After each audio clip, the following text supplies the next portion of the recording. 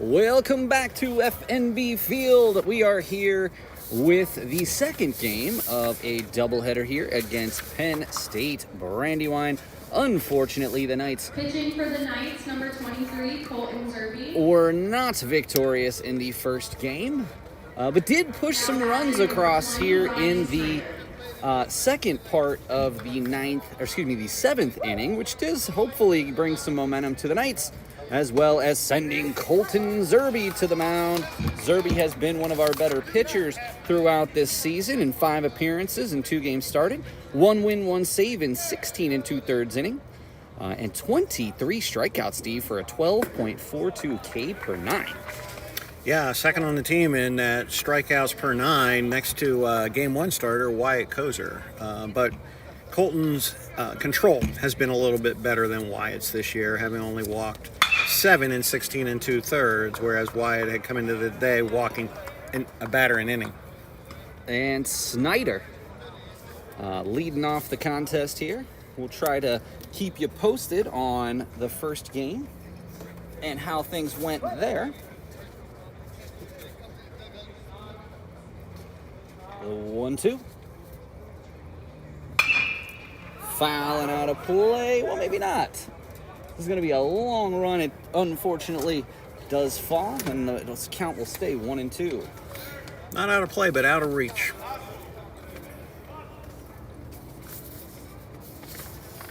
Still a beautiful afternoon here, 83 degrees. Just a little bit of wind blowing across the field toward first base, but nothing that I think will interfere too much with any play at this point, though I did want to point out that should this game go as long as the first game, we do have some rain to potentially deal with.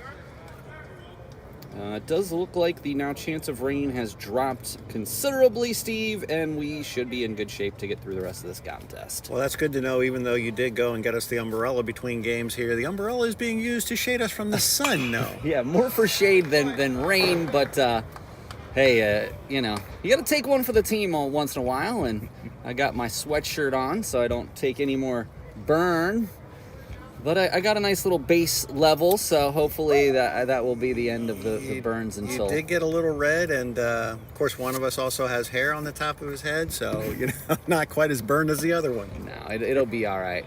I'm not in too bad a shape. Of course, you always think that until later, and then, things change. Sure beats the weather we had last week, though. 100%. Can Colton put this batter away? And that was inside. This is going to be tough. Out to right. And is caught.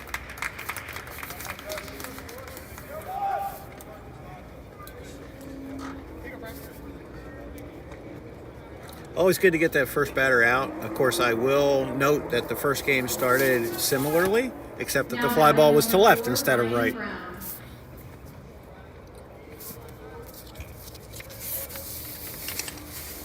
Brown steps in. Brown came into the day with a .333 average with 22 hits and 66 at-bats. And was 2 for 3, plus a walk and a steal and 2 runs in the first game.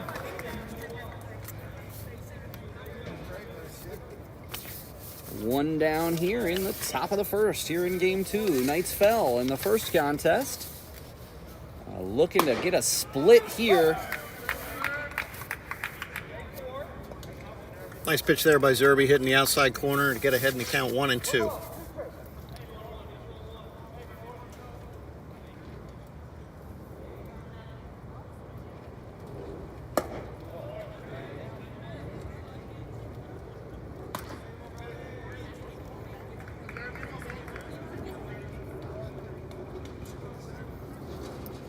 Two.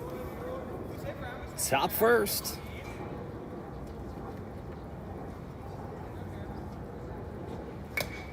Straight back. He's right on that, but just barely got a piece of it.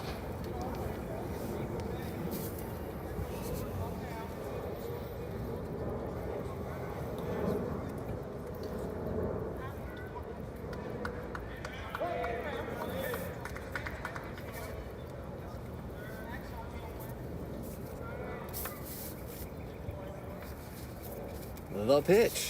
Outside, runs the count full for the second consecutive batter.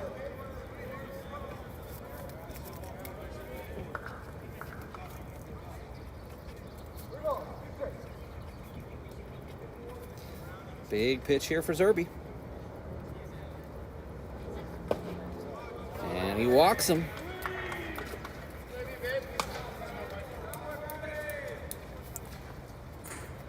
I don't have to try to keep Brown close. He does have 8 stolen bases coming into the day, and as you said, added to that total in Game 1.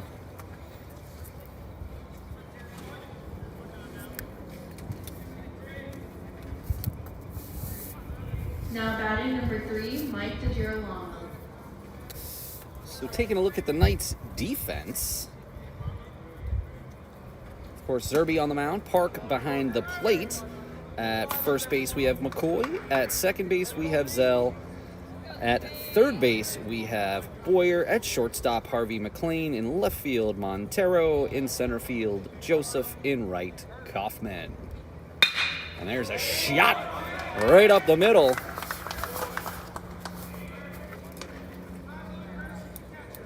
By DiGirolamo.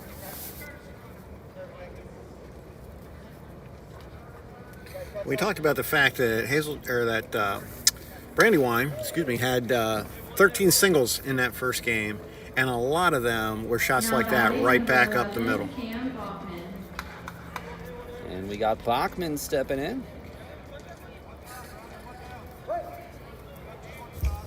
And one down, already 2 runners on base and a runner in scoring position for Brandywine. And this is going to be foul and out of play just behind us.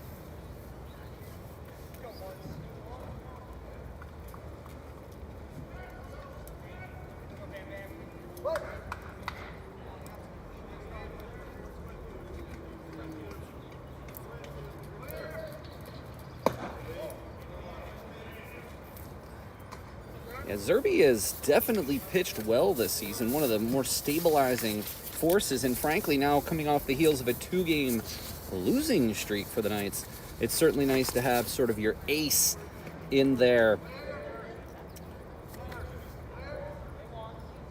And there go the runners. And Park cannot come up with the throw, and both runners will steal. So Zerby, certainly when you look at the top pitcher for the Knights, it's Cameron Smiley without question. In 4 appearances in 17 innings, Steve only has allowed 1 earned run and only 8 hits. Yeah, not a lot of strikeouts for Cameron, 4.76 strikeouts per 9, but he's been super effective this year with, as you said, only 8 hits and 8 walks, so less than a runner per inning.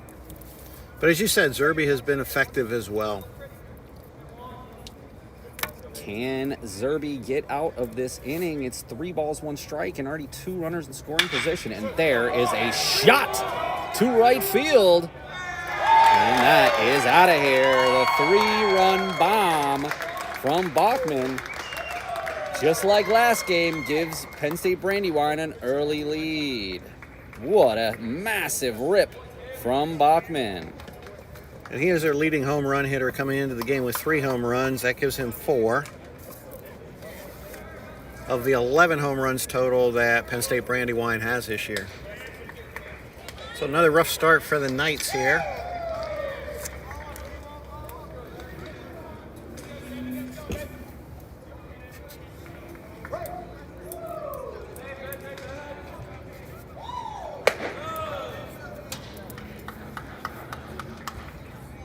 Definitely, as you mentioned, Steve, not the start that the Knights were looking for.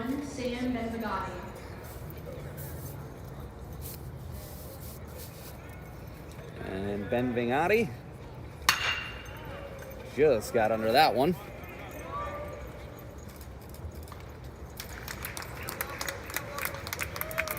Ben Vingati pops out to left field for the second out of the first, after the big home run for Bachman. And this is Lawton. in his first at-bat on this afternoon.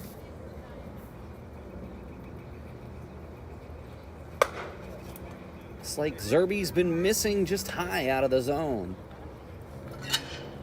A lot of times they say it's because you're not finishing your pitch when you airmail one like that. I am not a pitching coach nor a pitcher, as I mentioned in game one, just a thought. And when he did finish them, he got one drilled back up the middle and one into the right field bullpen. So probably a little hesitant to come right at him. Although he did there. 2-1 here for Zerby.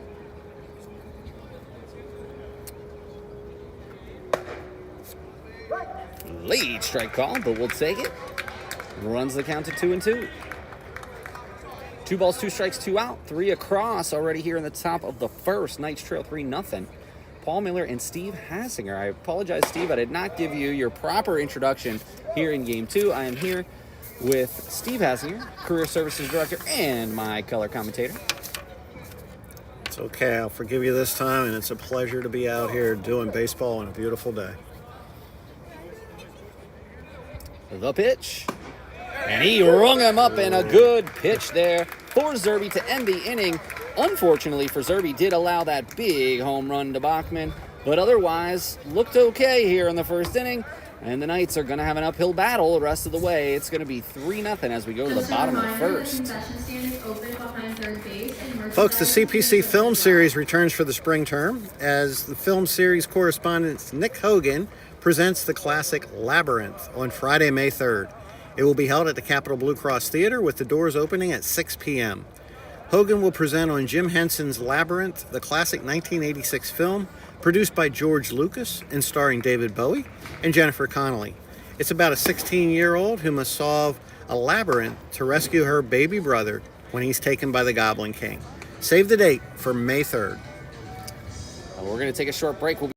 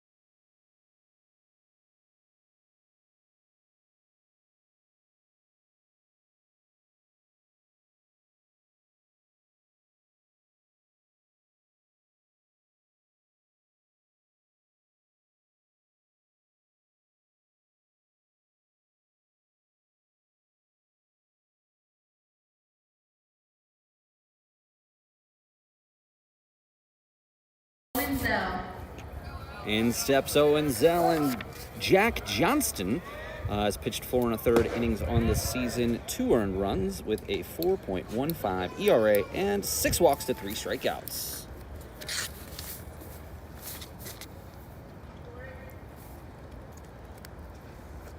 He's got some heat, but now 1-1. Yeah, 6 walks and 5 hits, so a 2.54 whip. So let's see if Central Penn can be patient here, maybe draw some walks. Be nice to see Owen get on base here to start us off in the first.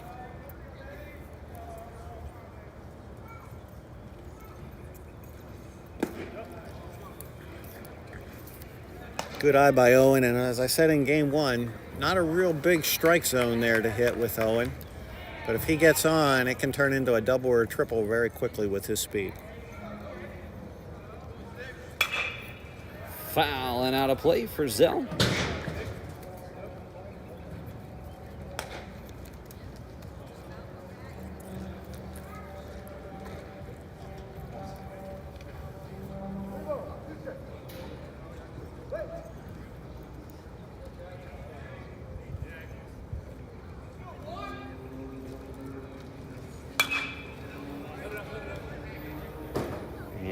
right back at us again to run the count full.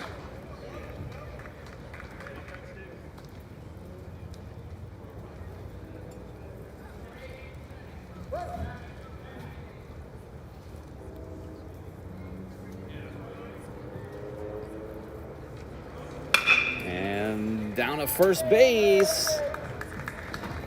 And he will retire Zell with a good play there.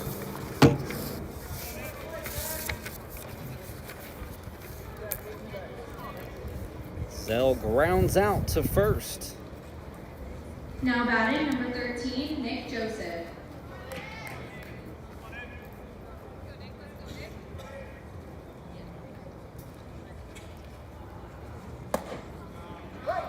Takes a look at the first strike.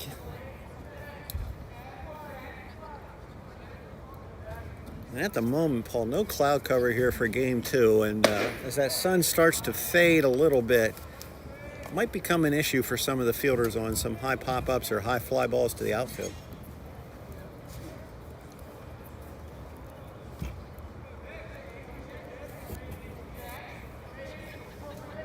The 1-1, one down. Joseph playing center field today, fouls one off. And he's in the hole 1 and 2.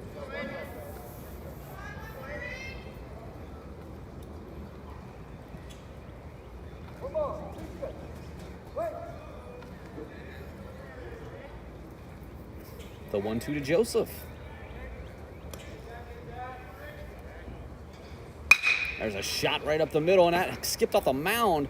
Tough play, but the play is made by Skeens.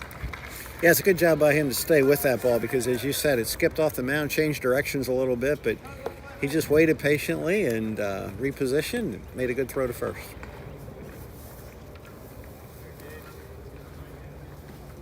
Now batting, number 31, Gabe Kaufman.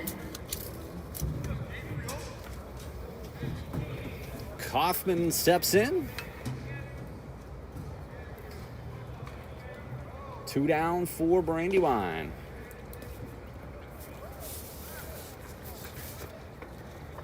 Kaufman did have a sac, fly, and an RBI and reached base on an error and a walk. So 0 for 1, but did reach base twice and drove in a run. Made an excellent play out in right in the first game. Knights did lose 13-7. Big strike there for Johnston.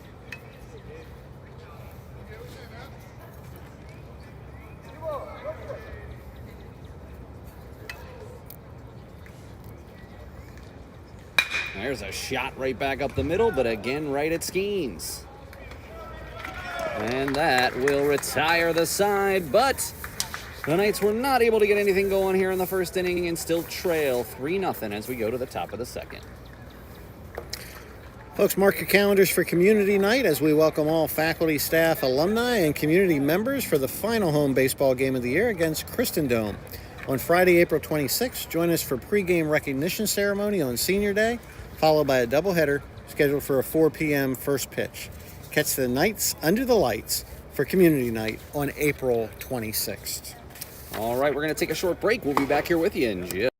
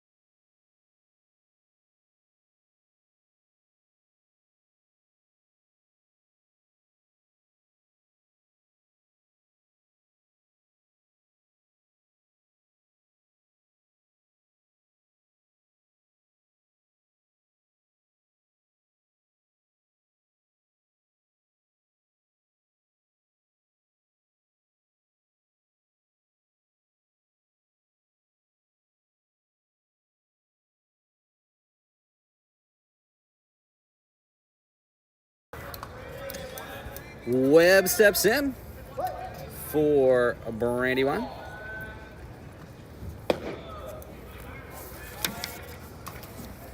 Taking a look back to the first game, Webb was hit by a pitch and struck.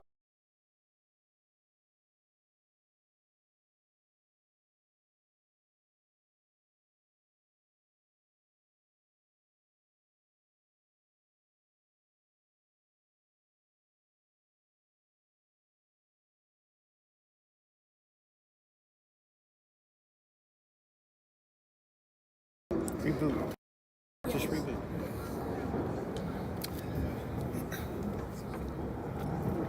Two balls, one strike to Webb.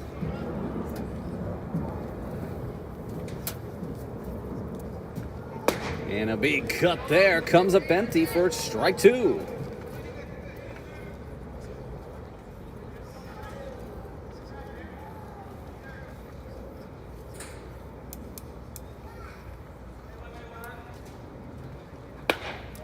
Inside, such a close pitch.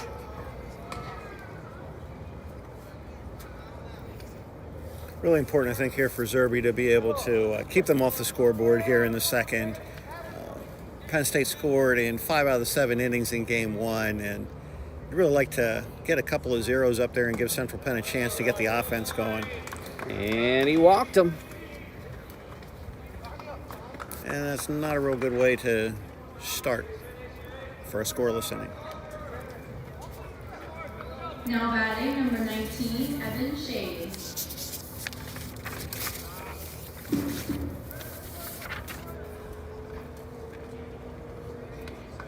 Evan Shade, the junior, with 4 hits in 19 at-bats coming into today, 4 RBIs. He's walked 7 times, so his average is 211, but his on-base percentage is 484.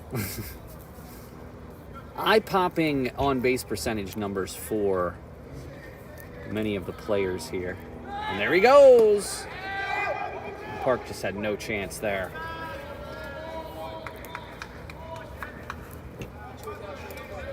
Tough to throw somebody out when a pitch is in the dirt, Steve. Yeah, and in game 1, we had very few chances to throw out the base runners. Did have 1 base runner thrown out, but as you said, a lot of the pitches were tough to handle, or the base runners just got outstanding jumps.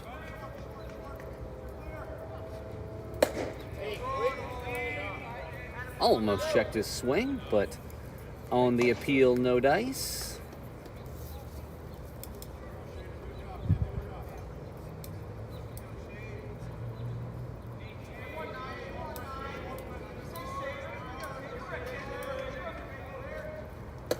Low and outside.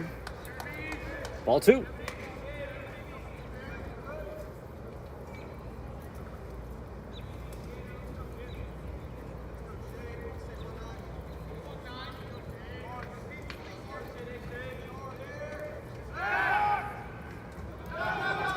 And the throw hits the runner and goes into center field. And he's coming home.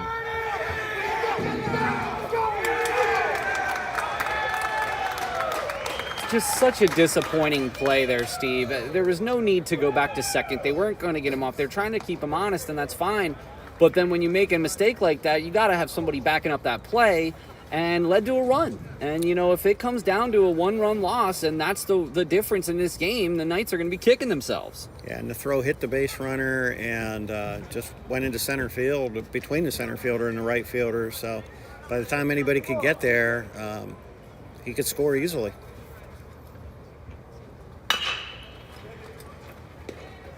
And McCoy does pick it up and does get it. Good job by McCoy to stay in front of that ball and knock it down, pick it up. Had plenty of time to make the play at first. Now batting, number 22, Toby Skeens. Skeens is up.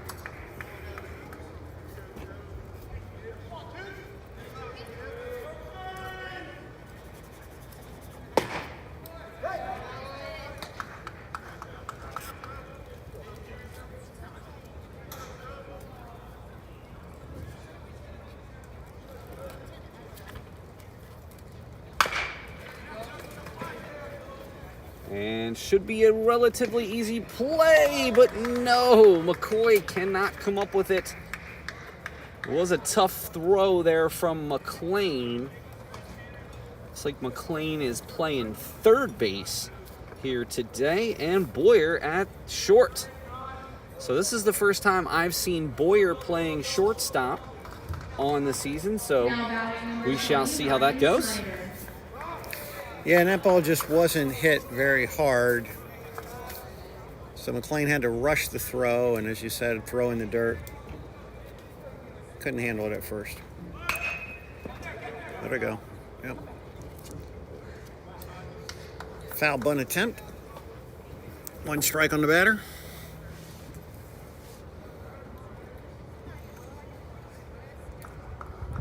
Pleasure to be here with you. Paul Miller, Steve Hassinger here.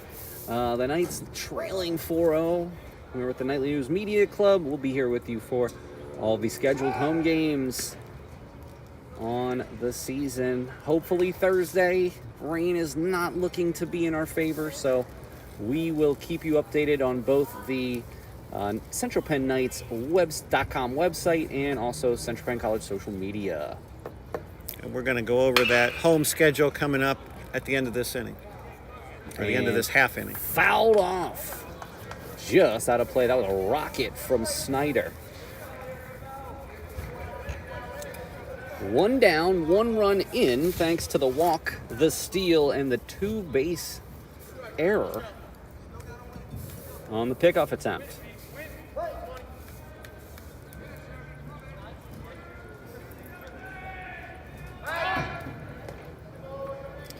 Keeping an eye on the runner at first. And that throw got down in the dirt as well.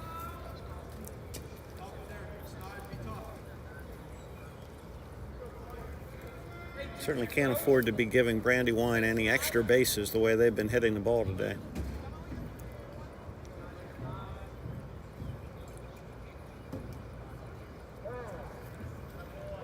Batter calls time. And Zerby really staring down the runner at first there, trying to keep him close.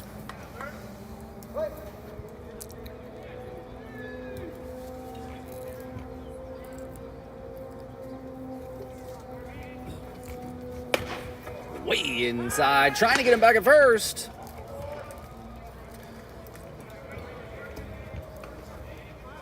Heads up play from Park there because Skeens was well off the bag. Of course, you can always keep up with all of our live stats on the game by checking out centralpennknights.com. Head up to the schedule, click baseball, and then you can just scroll down to today's contest and find all of the information that you're going to need.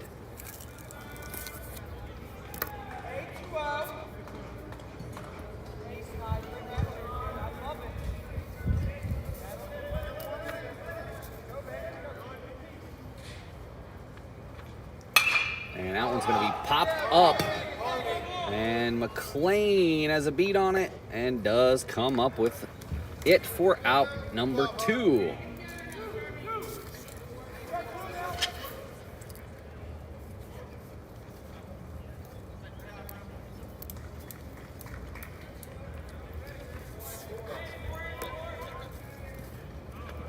Now batting number 4, Ryan Brown.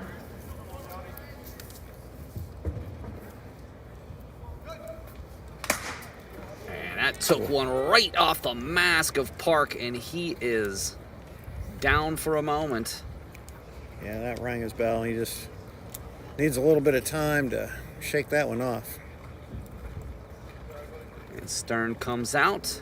Says he's Check okay. on his backstop.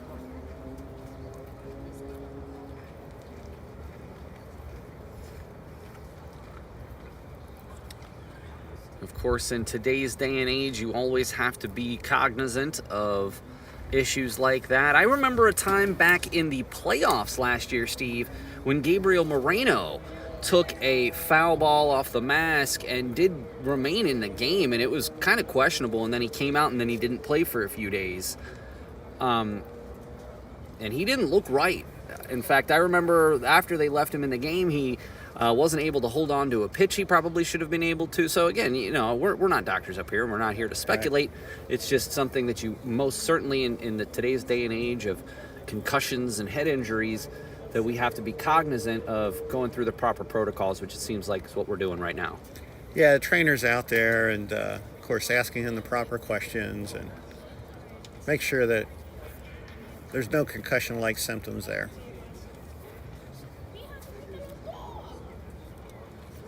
And thankfully, it hit right off the top of his helmet. Looks like he's going to be okay, stay in the game.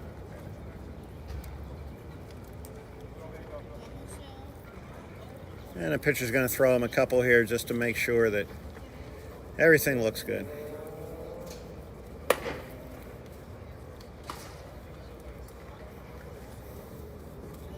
And the last thing you want as a pitcher, or as a catcher rather, is for your eyesight maybe to be off a little bit, or you're a little bit woozy or a little bit shaky, and you don't catch that pitch coming in and take another one.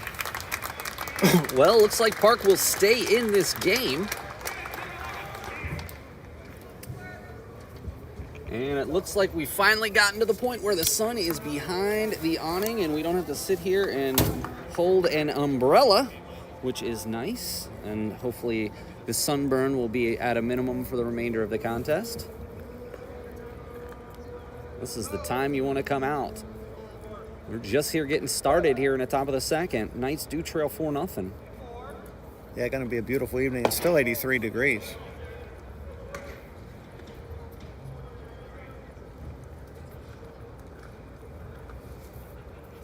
One ball, one strike.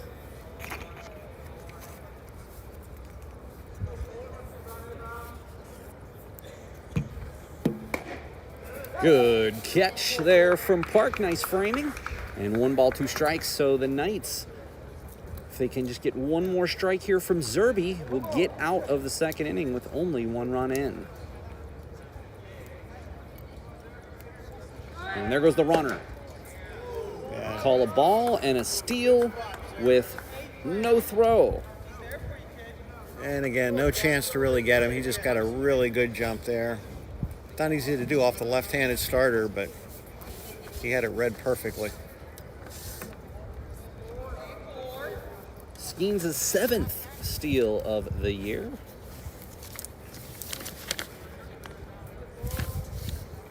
A little high. Runs the count full. Skeens was caught stealing in the first game, but did record a steal just now. 3 balls, 2 strikes, 2 outs. Can Zerby get out of this inning? And probably swung at ball 4. And that is going to be up in the crowd. The balls do find you. I can tell you that. 5 people sitting in that particular area, and it landed right between all 5 of them. Nobody hurt, though. We'll run it back. Full count.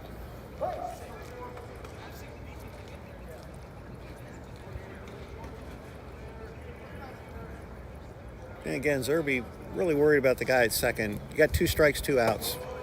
Yeah. Just really want to concentrate on getting the batter there. Now you have 2 runners on with 2 outs.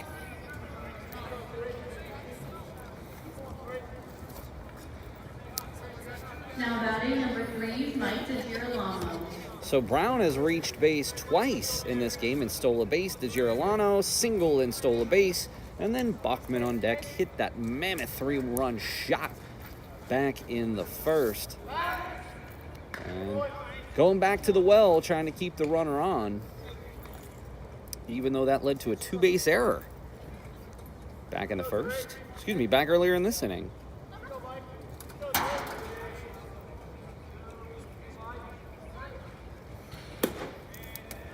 Big strike on the outside corner from Zerby.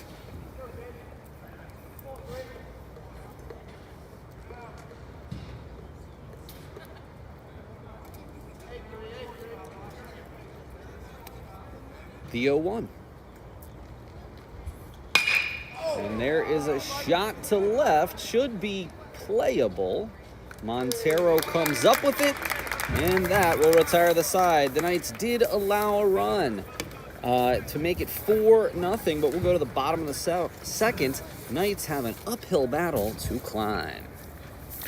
Well, the Knights baseball schedule obviously has been released, and as you talked about, Paul, it looks a little bit iffy for Thursday, but we are scheduled for a doubleheader this Thursday here at FMB Field on the 11th, and then again next week on the 15th, and the following week on both the 23rd and Community Night on the 26th. So keep an eye on the Knights website for more information about the upcoming games. And like I said earlier, centralpennknights.com is where you can find all of the information about our team, where we're going to be playing if you want to run and catch them on the road, what time the games are. Of course, we're here at FNB Field for those games. Depending on if we do miss Thursday's game, there could be some potential for makeup games later this month. Again, your best bet to stay on top of all of those things is at centralpennknights.com. We're going to take a short break and we'll be back.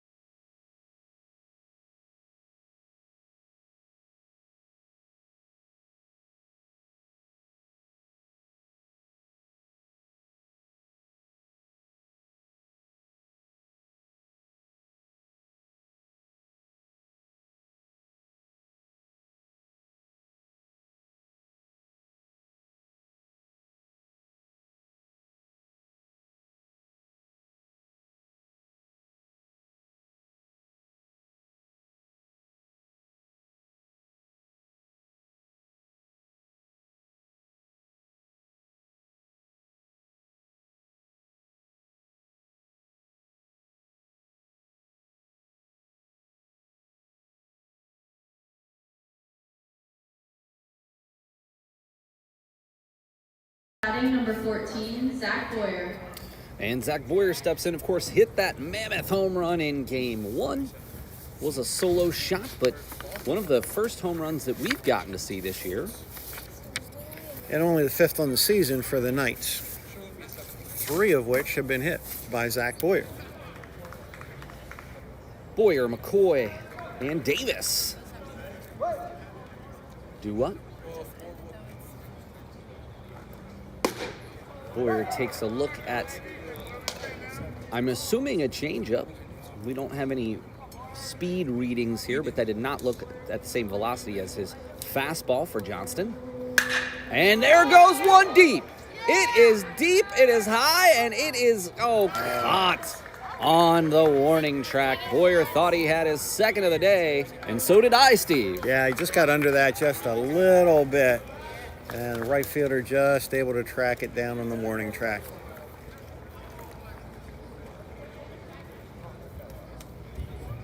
What a shot by Boyer.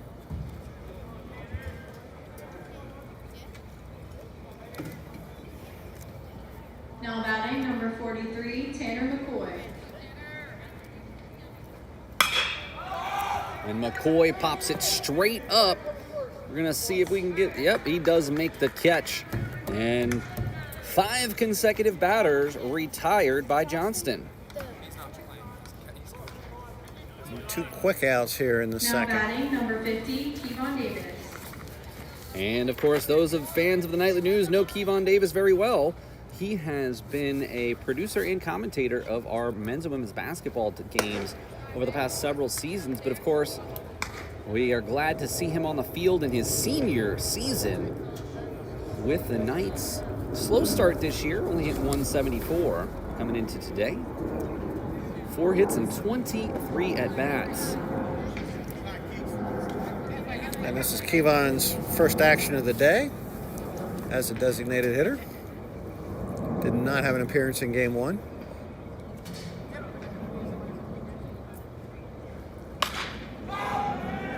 Got under that one, and another pop out to the second baseman quickly. 1, 2, 3 for the second inning in a row, and Johnston's cruising. And so the Knights are going to have to keep them off the board and fight to get some runs on the board if they have any shot to win this contest. As we go to the top of the third, Knights trail 4-0. Paul, studying is always a lot of hard work, and it's hard to study when you're hungry. The college pantry can help. Central Penn College and your Student Government Association are committed to ensuring that all of our CPC Knights have access to food when they need it. Requests are kept anonymous and can be submitted online. Look for the link under the links section of Student Central, or contact Lindsay Garber, Director of Housing and Residence Life, at lindsaygarber@centralpenn.edu. And Steve, I wanted to give a quick shout out to Gamma Beta Phi for their unbelievable Super Bowl themed food drive. We have 2 members of Gamma Beta Phi in the Nightly News, Abbee Breski and Sarah Walters. And so shout out to those, not only those 2, but the entire group, as well as Rodney Edwards. I don't want to leave Rodney out. So several of our Nightly News Media Club members are also members of Gamma Beta Phi. Steve, they collected over 400 items for the CPC pantry, so kudos to them. Yeah, it's awesome. They did an awesome job with that, and I guess if you were hungry right now and you had a food request, you could just walk down the first base line, because I think I see Lindsay Garber sitting down there. All right, we're going to take a short break as we have a pitching change. Zach Hafner in for Colton Zerbe.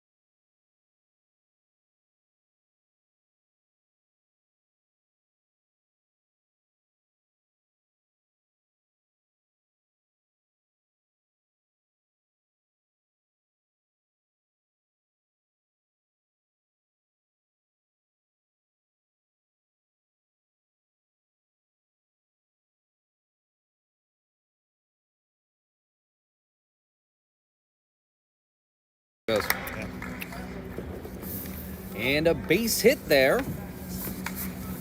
for Bachman after that big 3-run home run is now 2 for 2 on the day as Zach Hafner comes in to replace Zerbe, who was pitching okay, but did allow 4 earned runs, including that big home run.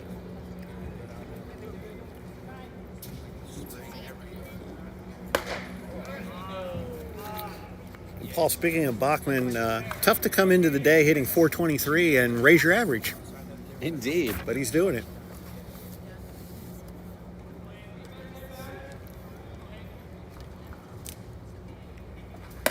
Inside, and Hafner blows him back. Hafner not on our stat sheet in terms of pitching outings. I know he has pitched because we've seen him pitch in a game. But I can't speak to his statistics on the season. And there he goes. And he got him. A great throw, and what a great catch and tag by Owen, because the runner was sliding right into his glove. What a play by Park.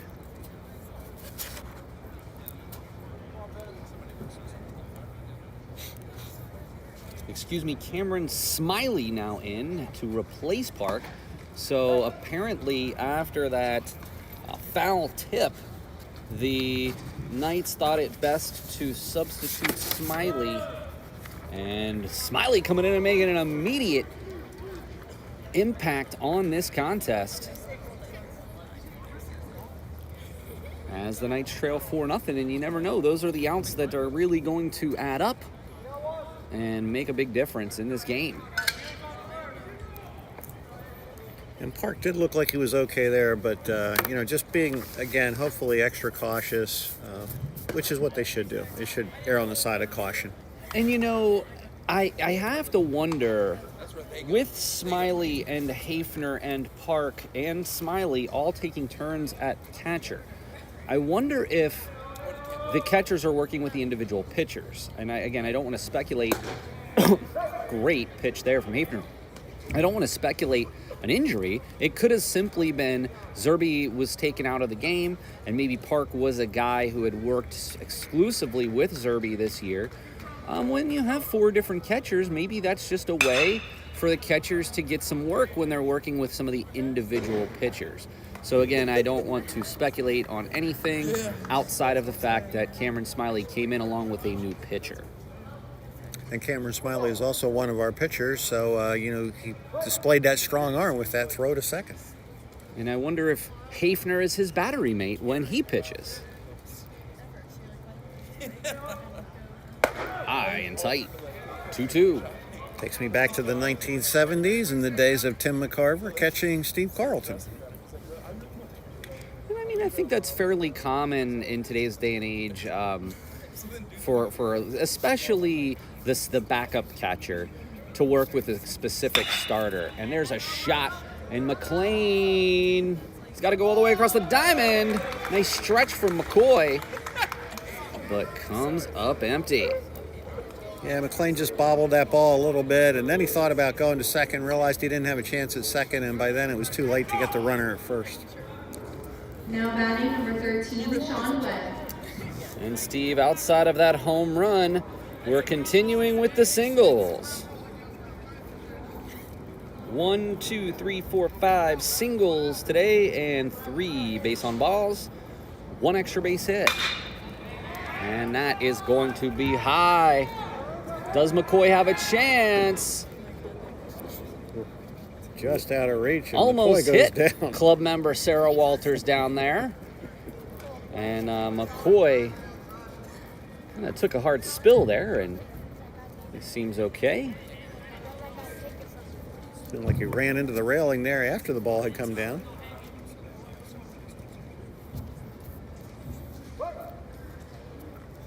Paul, did I hear you saying earlier that there's a single reason why Central Penn has been losing? Indeed. And what a play by McLean from his knees, trying to go to first. And that ball pulled him off, but good play by McLean to keep that ball in the infield. And Steve, 4 consecutive singles here. Fortunately, Smiley threw out Bachman. But Ben Vignati, Lawton, and Webb all with singles, and that loads the bases for Shade. Yeah, and McLean did save a run there by cutting that off and keeping it in the infield so that the bases are loaded.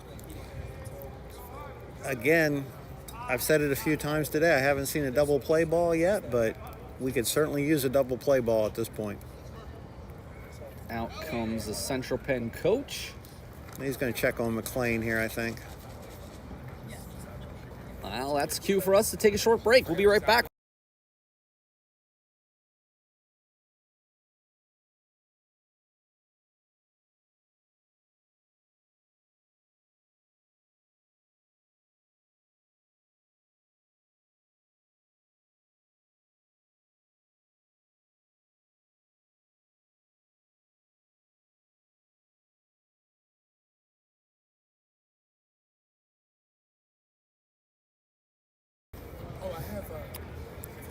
Looks like McLean is okay, remains in the game.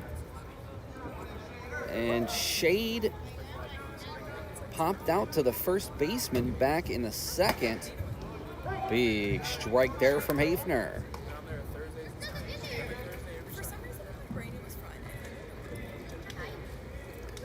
Knights trail 4-0 here in the top of the third inning. Big cut. Comes up empty. Now, we mentioned so often in the first game, we would get ahead of the batters with 2 strikes and couldn't finish them off. So really big pitches here for Hafner to try to finish off this batter without any damage. And that's popped up. McLean's got it, and there's 2 down. And I'll tell you, it would be a heck of a feat if he would be able to pitch around 4 consecutive singles, Wood Hafner. Now batting number 22, Toby Skeens. So remember, Skeens had that triple back in game 1, had a single and a steal back in the 2nd inning. So he is seemingly locked in over his last couple of at-bats. And swung at a pitch out of the strike zone on that attempt.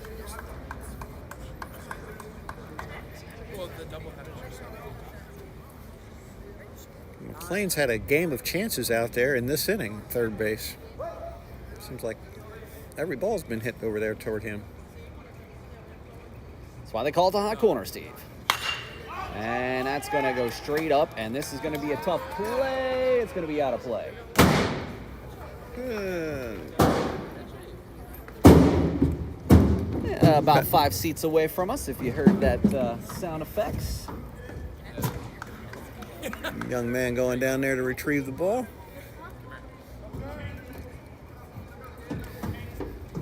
Quickly 2 strikes.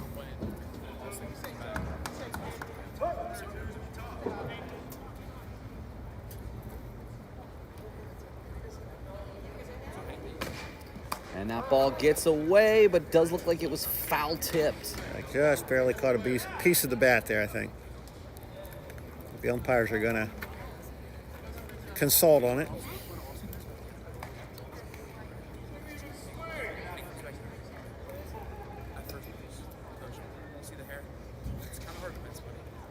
Oh, I appreciate the home plate umpire going out and asking for help from the umpire on the bases, but he was about 10 feet away from that at the most. Oh, yeah, I know. So they're going to call a foul ball.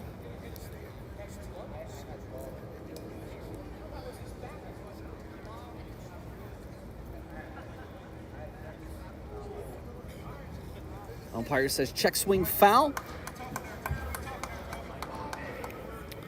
And a lucky break for the Knights there. Remains 2 strikes.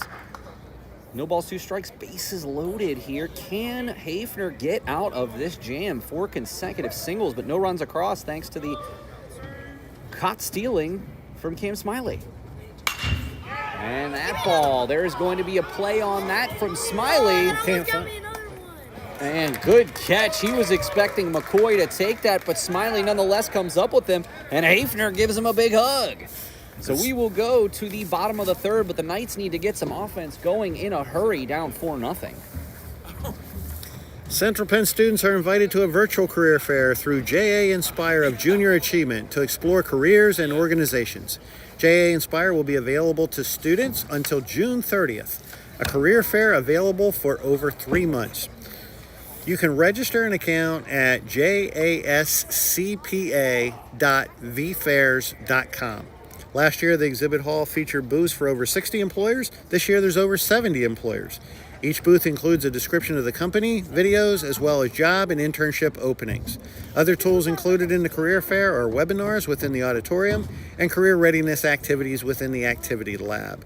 If you have questions about the career fair, contact Career Services at centralpenn.edu. And you know, this just now occurred to me, Steve. If you're out there and you're trying to remember that website, it is JA for JA Inspire, and then South Central PA, scpa.vfairs.com. That is correct, Paul. So it just now occurred to me because yesterday when I was looking online getting ready for our podcast, they have many virtual career fairs, so please make sure that you pick the one for South Central Pennsylvania, unless, of course, you're looking for jobs in other areas of PA. And of course, we can continue to talk about that later in the day if you'd like, Steve, because you are sort of the point person for that experience. We're going to take a short break. We'll be back here with you at the bottom of the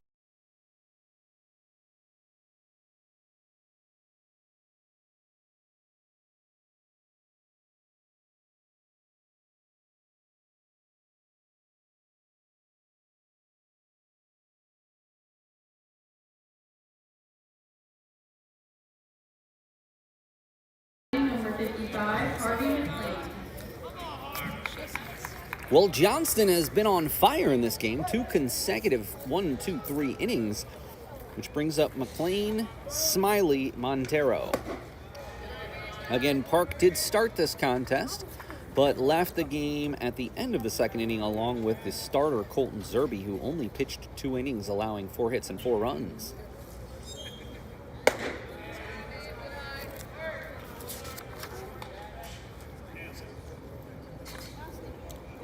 The Knights have yet to reach base here in the bottom of the third. Though McLean has worked a 2-0 count. And make a 3-0. Well, looking for that first base runner. Probably a good idea to take a pitch or two here.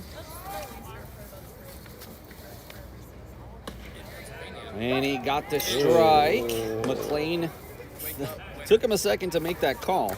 So I do want to take a look at the upcoming schedule. Of course, today, Thursday, and next Monday. So the next 6 games. Today starts a 6-game homestand for the Knights. Again, we're up in the air about Thursday due to the impending rain. But hopefully next Monday will look nice. And then we will return to the road next Tuesday, April 16th, for Penn State Brandywine. So a 6-game homestand here. And after that 3-0 count, McLean finds himself in a 3-2 situation. Smiley on deck.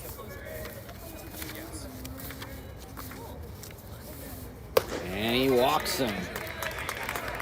Smiley coming into this game is 5 for 13 with a .385 average, no home runs, 6 RBIs, 1 double, 6 walks. As far as Harvey McLean, he only had 7 at-bats on the season prior to that, and 5 RBIs in 7 at-bats, Steve.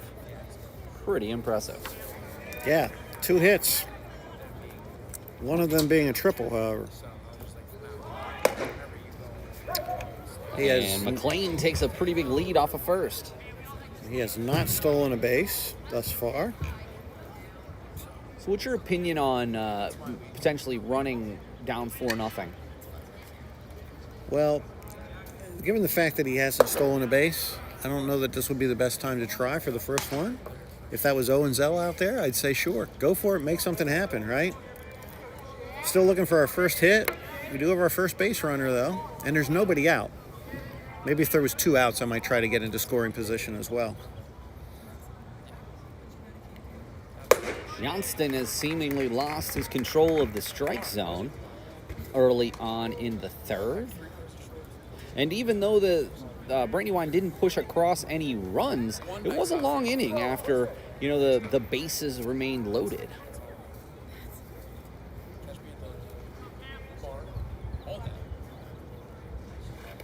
That's going to get away from him, and there goes the runner. So no need for McLean to steal second base. He can go down on the wild pitch. And now 3-1 on the batter. The runner in scoring position with a hitter's count here. Montero, the 9-hole hitter, so seemingly if we can keep things going here, we'll get it back to the top of the order. And taken all away is Smiley. Runs the count full.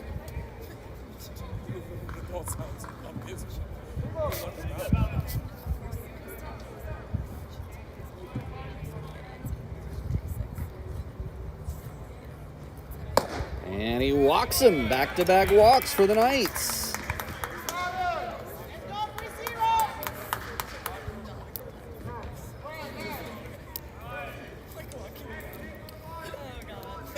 Looks like they're going to get a pinch runner for the catcher, Smiley.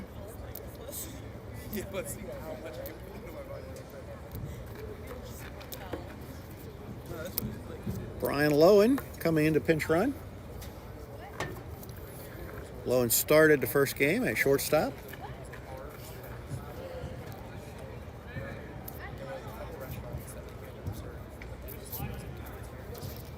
Now this game started kind of ugly again with 3 runs in the first for Brandywine.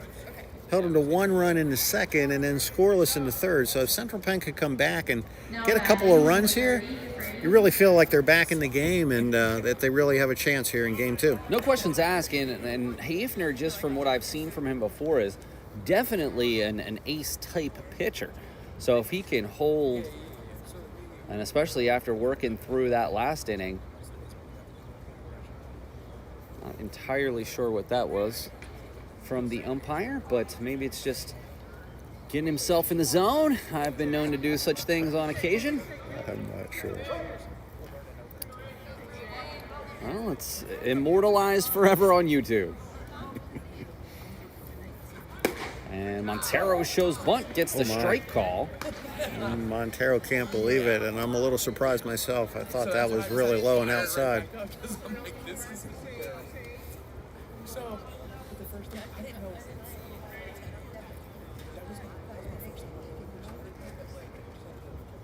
The 0-1. And again, swung at a pitch outside of the zone, and quickly 2 strikes to Montero. And Coach Stern snagged that ball down there at third base, and got a real cheer from the dugout. Sign him up to play. See if he has any eligibility left. I'm sure that'd be against numerous USCAA rules. Although, whatever happened to the old days of the player coach? I know Pete Rose was a player coach for a period of time. Frank Robinson in the 70s. I think, was Rose the last player coach? I think he was. Going back to the old days, I believe maybe Luis Aparicio might have been a player coach for a while. Tell you what, Montero got most of that just foul.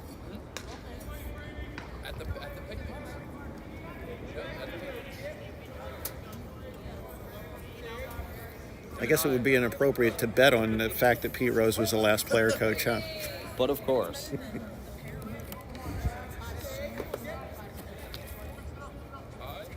And he got all of that to center, and it is going to be caught. And unfortunately, the runners are not going to be able to advance, but Montero gave that one a ride. Yeah, hit well, just got under it a little bit. Now batting number 11, Owen Zell. Brings us back to the top of the order. Zell grounded out to first.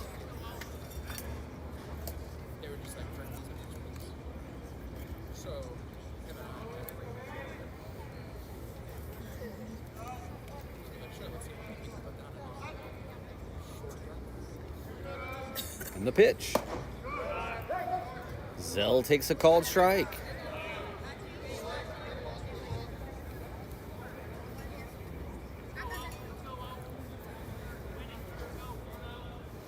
Four nothing Knights trail, but are threatening here. 1 ball, 1 strike. Johnston went 1-2-3 in the first 2 innings, only to walk 2 consecutive batters here, McLean and Smiley, who are on first and second respectively. And Zell, again, he's going to hit it right at somebody, and McLean is going to try to tag. And he's going to have to get down, and he got him at third. The double play. And the Knights go from threatening to the side being retired. And that was a very tough play for the Knights. But regardless, we will go to the top of the 4th. Knights trail 4-0.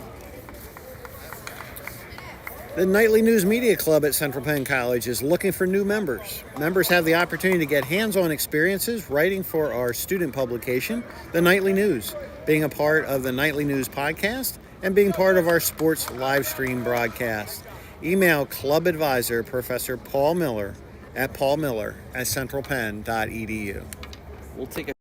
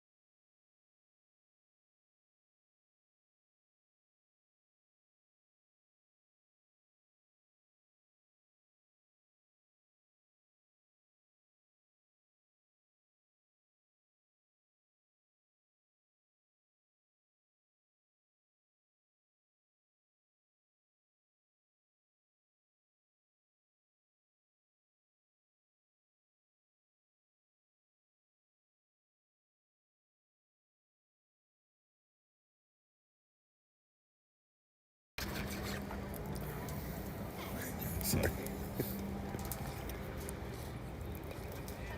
Stern is checking in on what happened with that play.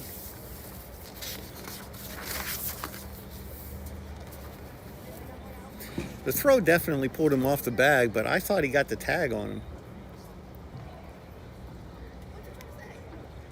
They're going to call him safe.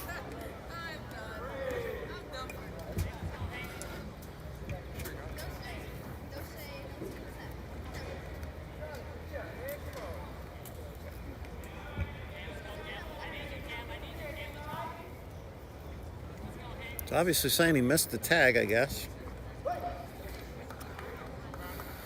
So the single from Snyder. Oh, and that hit him. So the Knights did not start this inning quite how they had hoped. Down 4. And the first 2 runners here in the top of the 4th inning. Yeah, and that fastball got him right between the shoulder blades. And we're just 2 rows behind home plate here, and you could definitely hear that one thump. Absolutely. And the batter gave him a long look, but obviously Hassinger does not want to hit somebody and put somebody else on base here. Not down 4-0. It was about as round as an arm. Nice pitch to come back with a strike on the fastball from Now Hassinger. batting number 3, Mike DeGirolamo. DeGirolamo a single and popped out to left field. Single and a steal, 1 for 2 on the second game of the doubleheader.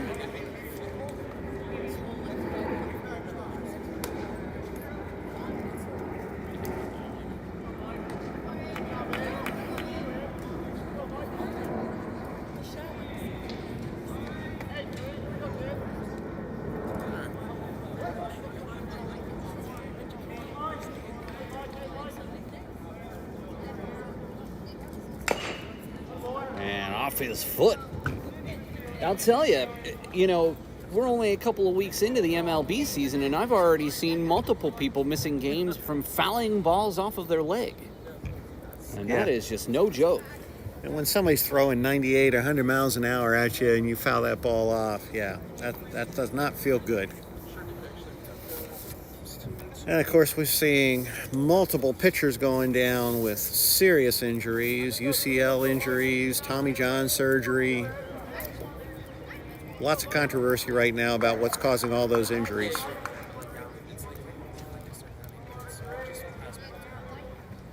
Especially for a guy. Oh, he rung him up there with a big slider. Beautiful pitch by Hassinger. And, a guy like Spencer Strider, who is one of the people who is, been bitten by the injury bug. It's not like he, at, again, initial view, doesn't seem like he puts a ton of, it just seems like it's so effortless when he gets to that 98, 99, 100 miles an hour. But, over time, that wear and tear adds up. It does, and he added a new pitch this offseason, and you wonder if that plays into it at all. Big strike there. Hassinger again trying to work around a jam last inning, 4 consecutive singles, but did not allow a run.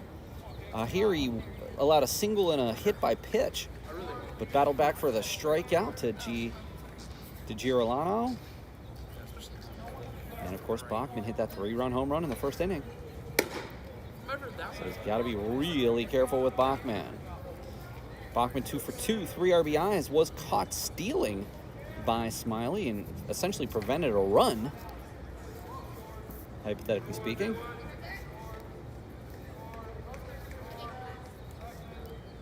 The 1-1 from Hassinger. And that's smashed to the gap. And that's going to get at least 1 run home, most likely 2.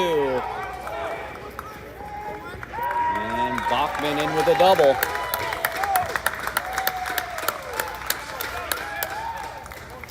And that extends the lead for Brandywine to 6-0. Hard hit ball to the gap there. Just no answer, Steve, for the Knights. Fantastic offensive Now output. batting number 31, Sam Benfignati. now between the two games, 19 runs, and the Knights just have not gotten any offense going whatsoever. Of course, we did have the home run by Boyer and did score 4, I believe, in the 7th inning, thanks to 6 consecutive walks. But the offense just is not showing its normal pop here today, and certainly not the way you wanted to start the 6-game homestand, Steve. No, still looking for our first hit here in game 2. And Hassinger just trying to keep it relatively close now, keep it at 6-0 here. Still 4 at-bats left, so still time to get the offense going, but as Yogi would say, it's getting late early. And there's a shot to center. Comes up with the catch. Does Joseph.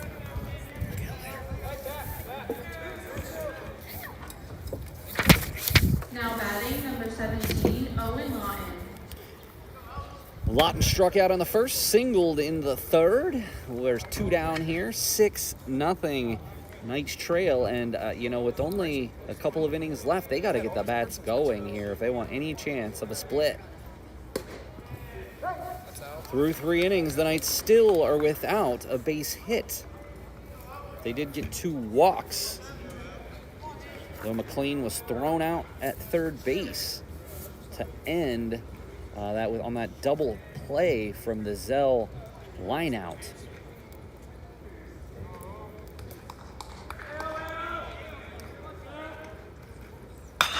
And that one rung down almost into the Brandywine dugout.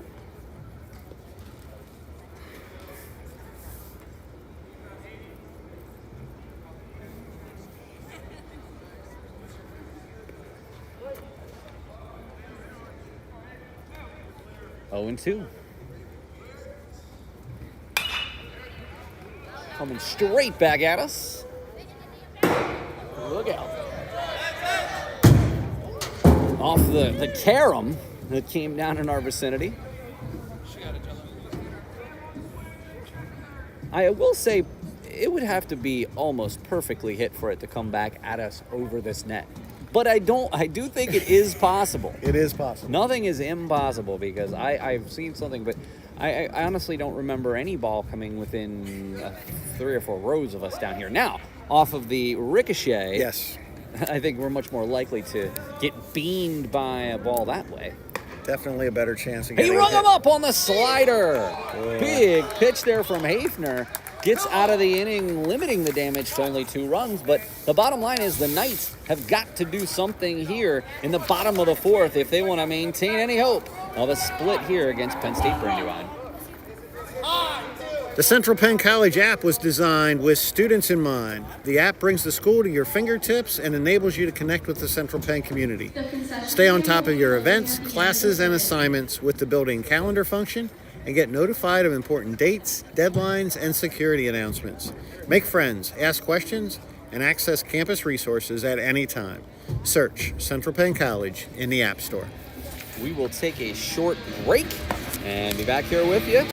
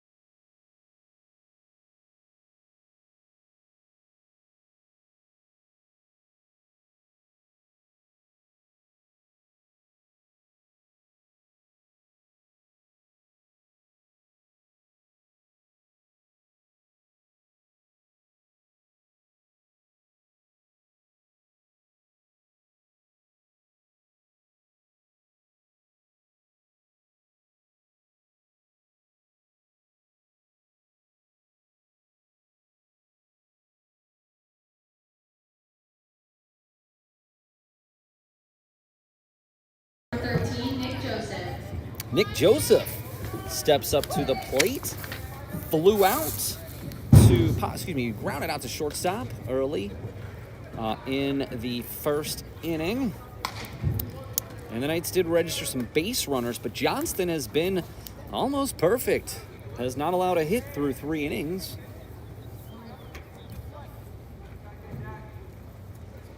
Oh, and he hit him in the back. Well, that's Central Penn's first hit, but not exactly what we were looking for in terms of a hit. Not a base hit. However, he is a leadoff base runner with 3, 4, and 5 coming up, so maybe we can get something going here. Excuse me. Kaufman steps in. 0 for 1 on the day. Keep an eye on Joseph over there at first. He almost gets hit. Does Joseph? Kaufman. Kaufman has played some stellar defense here this afternoon. Made a great throw from right field in game 1 to nail the runner at the plate. 2 balls, no strikes, and the Knights need desperately to get on the board here in the bottom of the 4th. And there's another one of those, Steve, right hit on the button, but right at the right fielder. Another Adam ball hit right at him. And Zach Boyer hit a ball a ton to the warning track, but just pulled in. So just shy of home run number 2 today.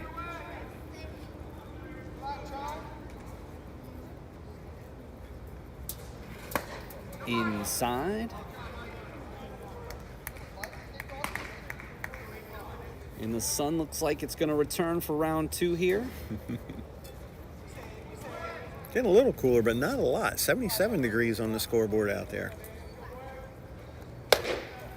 Up and away to Boyer.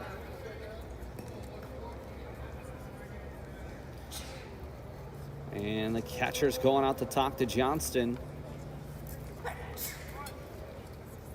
as he hit a batter. And Kaufman was able to, lined out. And with Boyer's power, you might be thinking sometimes, got to be careful with this guy. Let's pitch around him a little bit. However, with a 6-run lead, there's no need to do that. So I think catchers went out there and just said, let's just try to throw him strikes. We got a 6-run lead.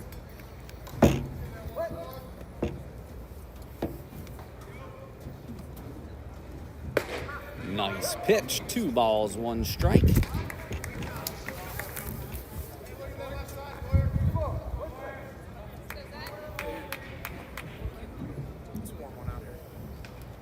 The 2-1. Runs it to a 3-1 count.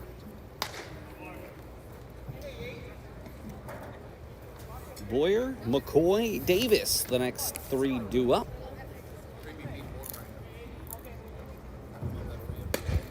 Takes ball 4. And now we got 2 runners on for McCoy. Now batting number 43, Tanner McCoy. And McCoy has played both games of this doubleheader.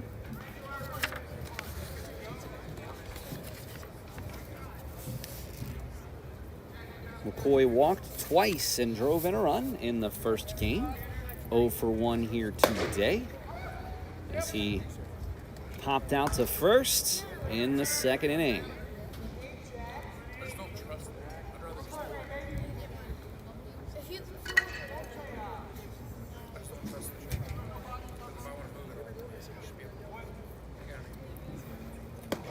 Slider just off the plate. 2-0, good hitters count here, and I just still have the feeling, Paul, that if they could get one big clutch hit here that maybe would score a couple runs, that it could just kind of hopefully start the floodgates and get the offense going, and that might help too. And the wild pitch allows Joseph to third, Boyer to second. Now we have 2 runners in scoring position and only 1 out.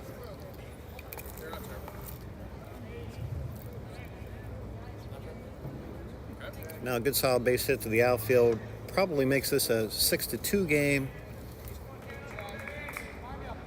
Still looking for that first hit.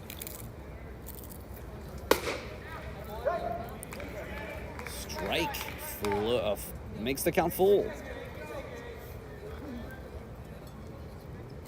Excuse me, 3 ball, 1 strike as listed on the scoreboard. And there's a shot to left, and that's a base hit we were looking for. They're going to hold the runner at third. And McCoy, the single and the RBI, and the Knights get on the board as Joseph scores, and Boyer goes to third base. First hit and first run for the Knights here in game 2. He hit that ball so hard to left field that Boyer didn't have a chance to score from second. But now we got first and third with 1 out. Let's see if we can get at least one more across here.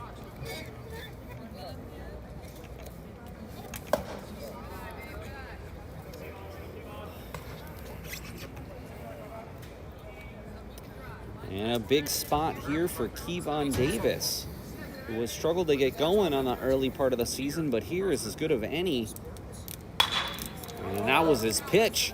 Well, this will be out of play down the first base line. Men's and women's soccer, track.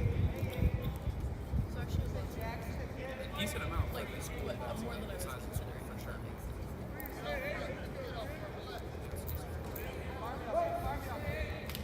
And McCoy over at first, Boyer at third.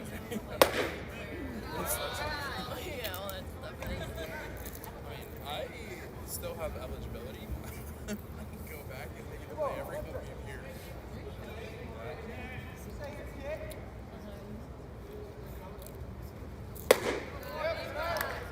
3 balls, 1 strike. And McLean on deck. It's a good job by Kevon to lay off of those pitches. And early in the year, he was swinging at some pitches out of the zone. So he's worked a 3-1 count here. And I'm sure that's something Coach Stern and him have been working on. And he's going to take the walk to load the bases, and Central Penn is threatening. Bases loaded, 1 out. Harvey McLean comes up the plate. 55, Harvey McLean. He did walk in the third, was thrown out at third base.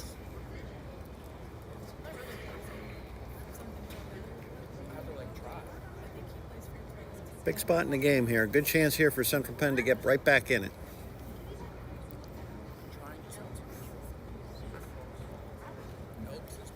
Johnston has pitched well. And it looks like he's changing shoes. Not sure if his spikes got a little mud in them or something. It's pretty dry out there today. That's unusual. Oh well, while Johnston figures out what's going on with this shoe.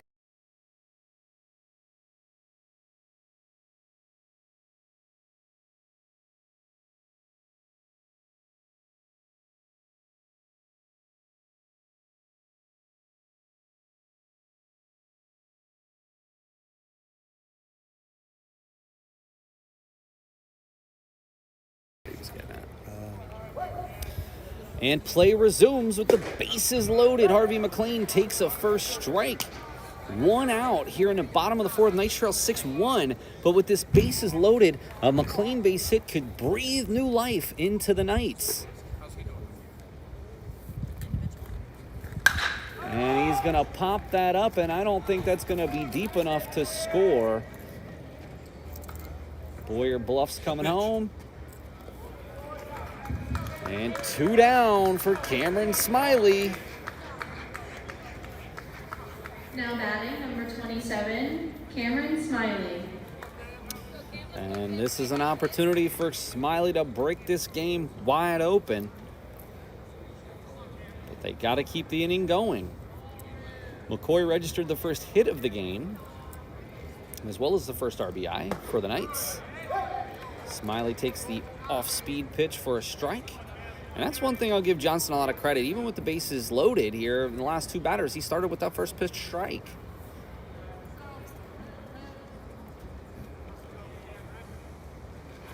And that one almost got away. Stop. Good job by the catcher there to get out of his crouch real quick and snag that. Looked like the Knights were going to have another run.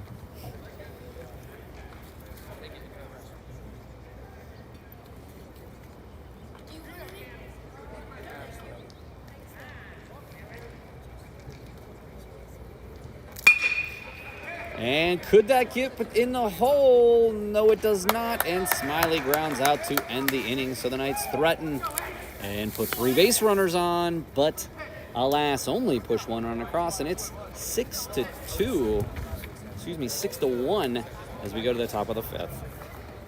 Central Penn College Student Government Association is a voice for all students, those living on campus, those studying online, and those returning to continue their education. SGA is here to make your time at Central Penn College the best experience possible. You can contact SGA with any questions, comments, or concerns by emailing sga@centralpenn.edu.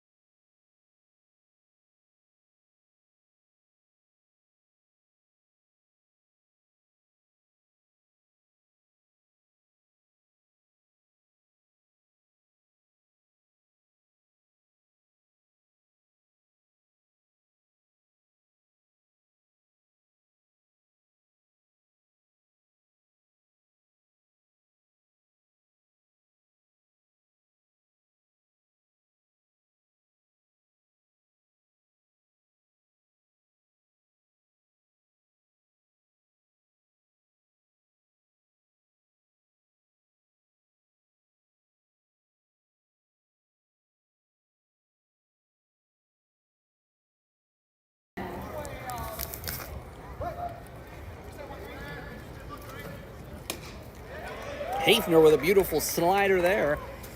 He's got a tall task. Keep Penn State Brandywine at bay. Down 5. And Paul, even though it was only 1 run and they left the bases loaded, I think it's really important for him to try to hold them scoreless here. That's a good start. Good play there by Boyer. And if he can keep them scoreless here and Central Penn can come back and get another run or two, you start moving this game in the right direction with 3 innings left. Number 19, Evan Shade.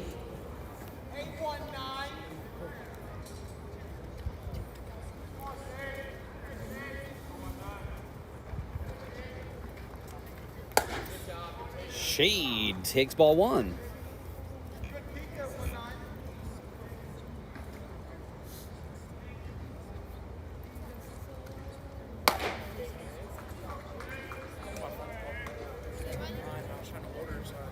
One down, 2 balls, no strikes. Shade Shade has 0 for 2 on the day. And that was Webb's first time off of base this in game 2.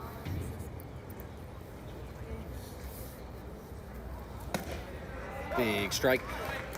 3 balls, 1 strike. One thing I will say for Hassinger is that he is a master of changing arm slots, which I know has got to be difficult. Now, just typically, tough take there, but does get the call and the walk for Shade.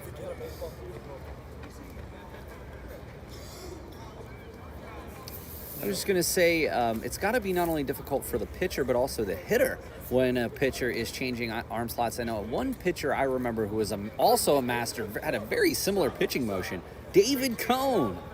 David Cone had sort of a 3/4, had sort of a half, like side arm. And he was always the master of changing arm Now slots. It's batting almost number like 22, Haefner reminds me of Joey Cone. Yeah. And trust me, that is a high praise. It is high praise, and Cone not remembered as the hardest thrower, but certainly a craftsman. And a multiple-time World Series champion, which I'm sure is one of the things he looks back on his career. And a wonderful commentator, too, I might add. Just going to add that, absolutely. You know, being in this industry, I always have a high respect for people in this business that do a good job. I mean, it's hard to, I'm not trying to point out those that don't do a good job, but definitely some folks I appreciate more than others. Absolutely. Of course, Vince Scully. And of course, my Cubs longtime broadcaster, Harry Carey. I got to eat at his restaurant when I was in Chicago over the break, which was one of the highlights of my trip.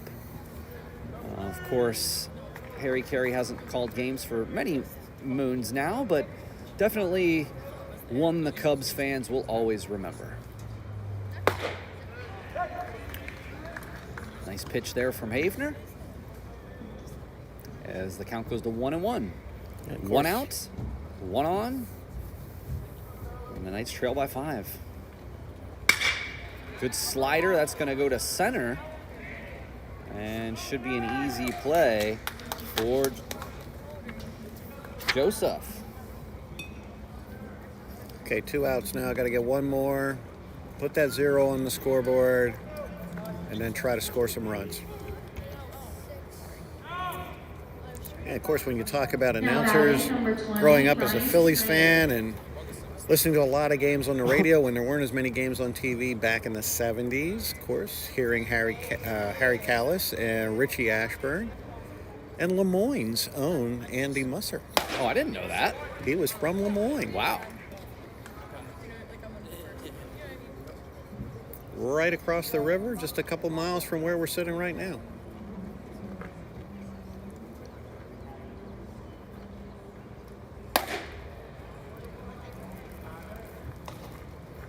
I do enjoy the Pirates broadcasts. I know Bob Walk is the color commentator. I think he does a nice job.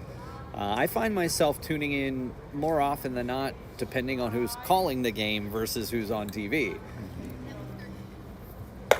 And of course, how can we forget the man I actually got to meet last summer, Jim Palmer in Baltimore. What a nice guy. You want to talk about just a genuinely down-to-earth guy. It was so nice to meet him, but he's a wonderful commentator as well.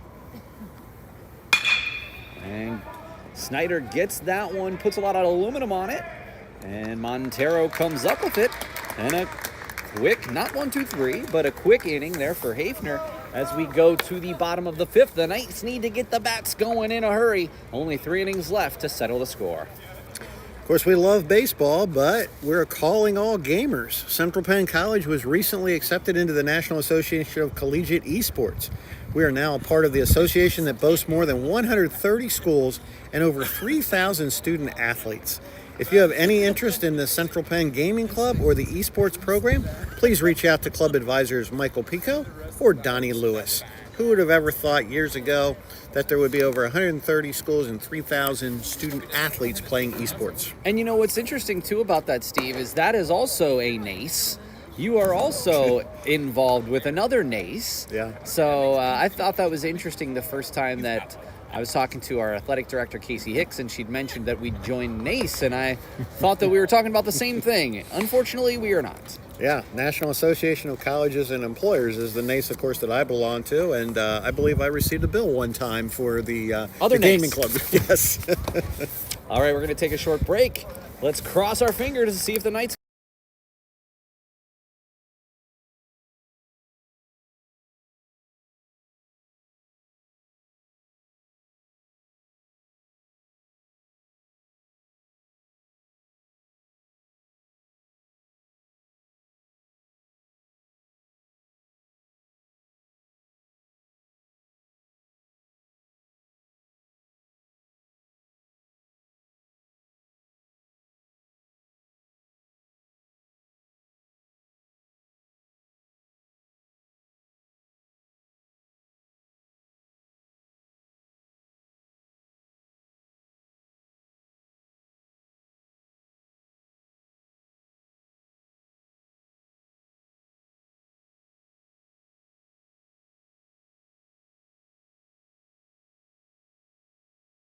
here.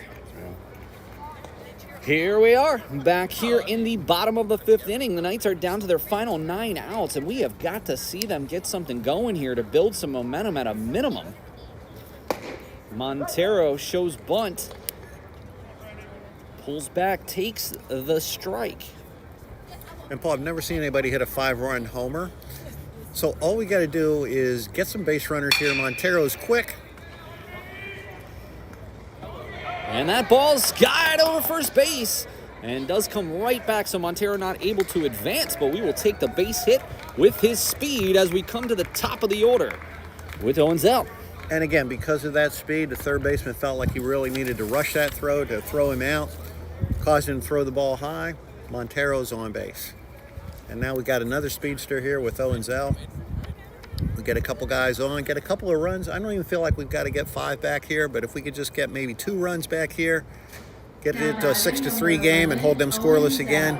Now I feel like we got some momentum going.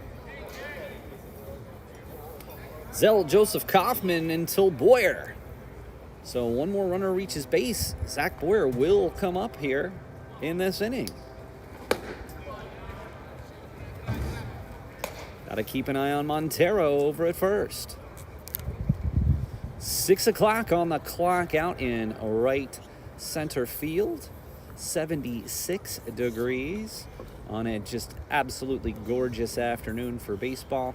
Nowhere better to spend the back half of our workday than here with you. Paul Miller, Steve Hassinger for the Nightly News Media Club. Of course, we hope to be back here with you Thursday, depending on weather. And the following Monday, we will also be here with you, weather permitting. And that ball into left and moving them along. A single for Owen Zell, and now we're starting to get somewhere. Back-to-back base hits after being held to only 1 hit in the first 4 innings. And the Knights have something going. Yeah, just Central Penn's second hit, but again, you can slowly feel the momentum turning a little bit here. Let's see if Joseph can get something going here. We've got great speed on the bases now, so if you happen to get anything to the gap, there's a good chance that 2 runs score. Joseph hit by a pitch and scored the only run to this point for the Knights back in the 4th. Seems like forever ago. It was only last inning.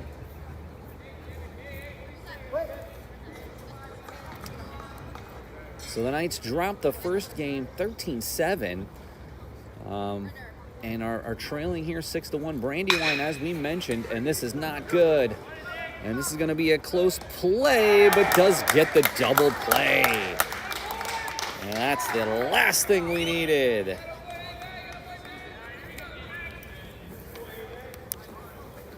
Montero out at Now batting, number third. 31, Joseph out at Kaufman. first.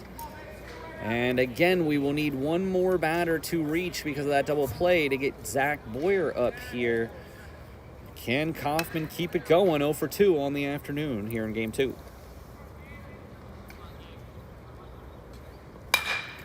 First pitch swinging, that's going to be out of play.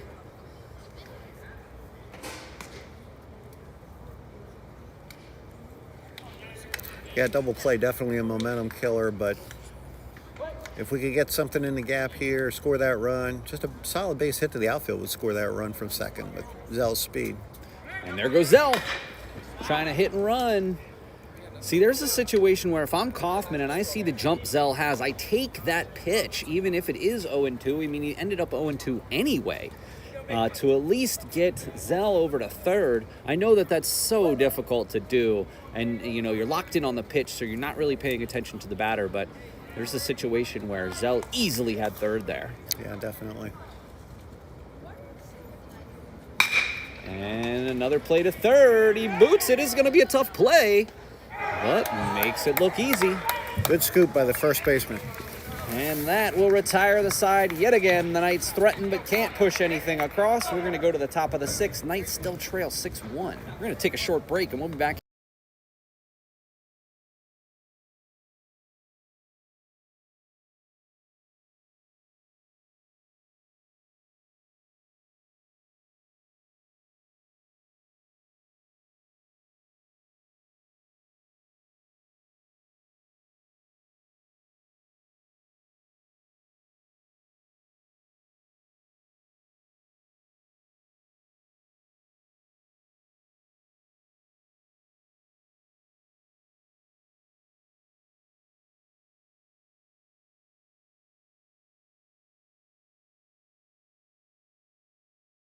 tough to see.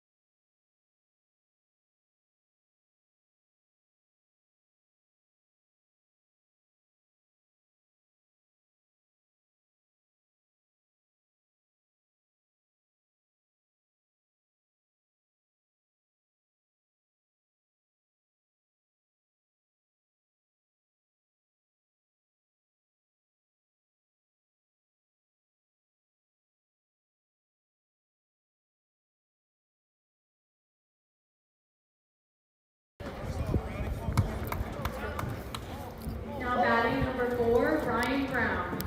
Moving to the top of the sixth with Ryan Brown leading off for Penn State. First pitch outside, 1-0.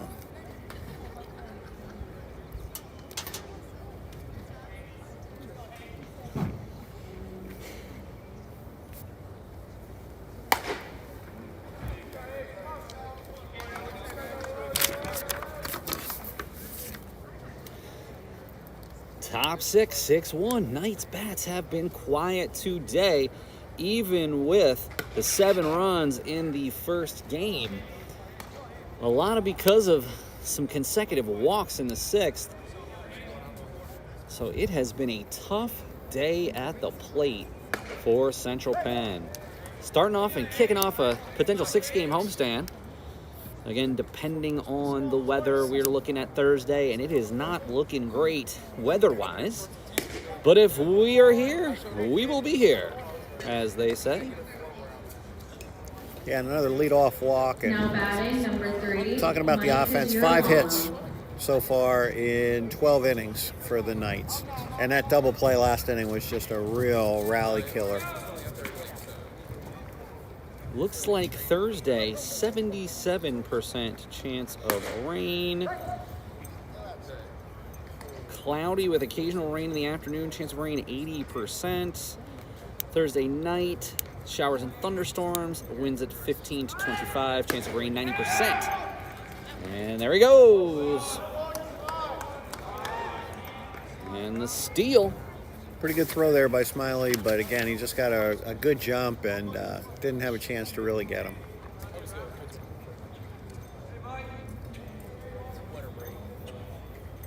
A couple clouds moving in now. For the first time today, we don't see the sun. Kind of reminds me of the eclipse yesterday. It's going to go right up the middle. Boyer throws it away. And the E6, excuse me, E6, yes. Yeah, rare error there for Boyer at shortstop, and didn't really need to rush that throw either. Just threw it low into the dirt. And couldn't come up with it at first base. Just sort of a microcosm of the day for the Knights. And Paul, you talked earlier about the layoff that they've had due to the weather, and I really do think that can play into things. I mean, you can practice, but I know indoor practice and practice in the cold weather and things, just not the same as playing against this caliber of team.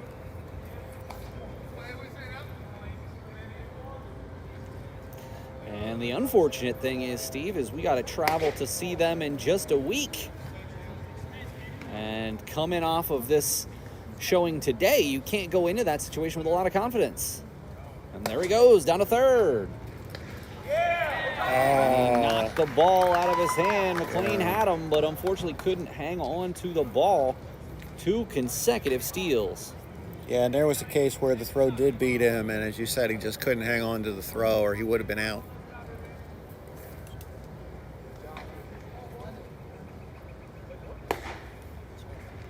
off the plate, 3 consecutive balls. And Hafner looks to have sort of changed his approach here and walks Bachman. That might have been the old unintentional intentional walk. 31, Sam Benvignati. He didn't have much on that last pitch. But I'll tell you what, if it was, I don't know why you would do that to get to this guy, who came in with 22 RBIs and a 458 average. Well, Bachman's been hot today, and there he goes. The hit and run is on. He's going to be out of play there. Runs the count full.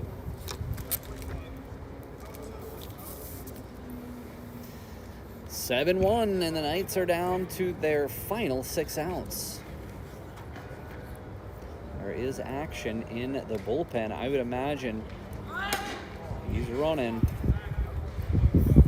And now 2 runners in scoring position.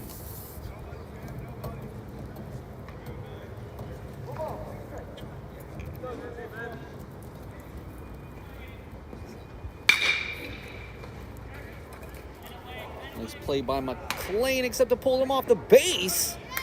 And he got him. Great play by Tanner McCoy.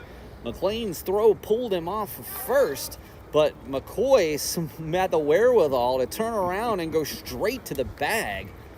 Also managed to get the out without letting another run in. Yeah, and he was aware of the runner at third and kept his eye on the runner at third, too, while he was doing all of that. I do believe that, and this is just my opinion, but that Bachman was intentionally walked because Hafner wasn't putting anything on those pitches. Right back at us.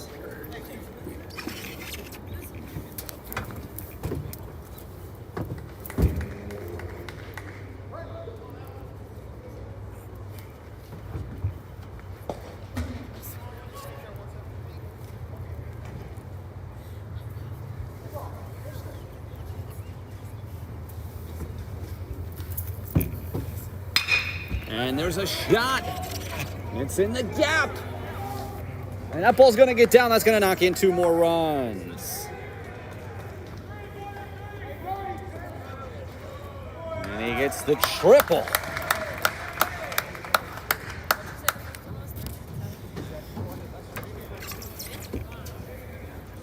And 9-1 Brandywine now. We've got an 8-run lead again. And it looks like that might be it for Hafner. During the pitching change, we're going to take a short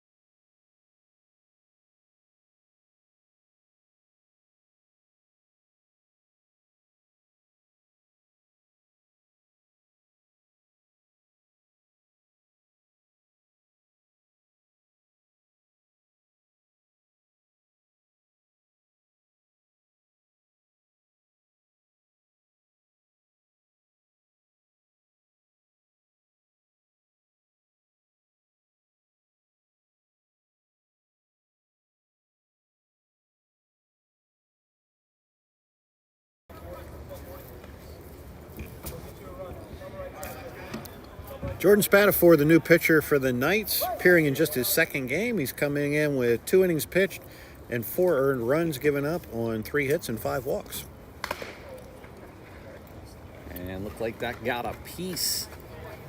Now we see Finke again coming in for Smiley. You know, that kind of lends some credence to my theory earlier about the catchers catching specific pitchers. Again, Smiley left after Hafner left.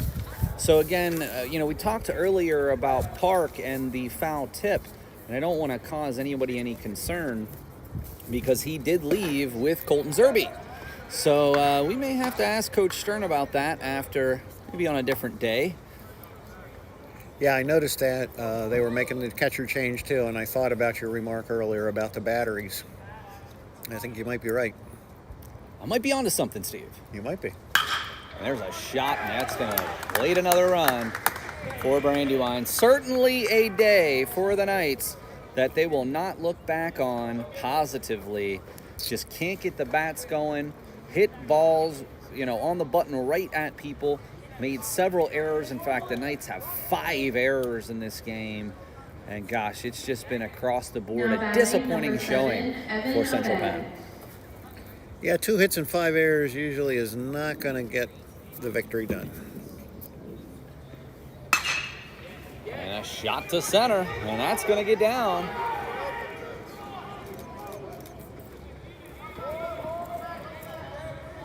And first and third. And the Knights, the bleeding continues. 10 runs on 7 hits now for Brandywine. They're in double digits again for the second game in a row. Now batting, number 22, Toby Skeens.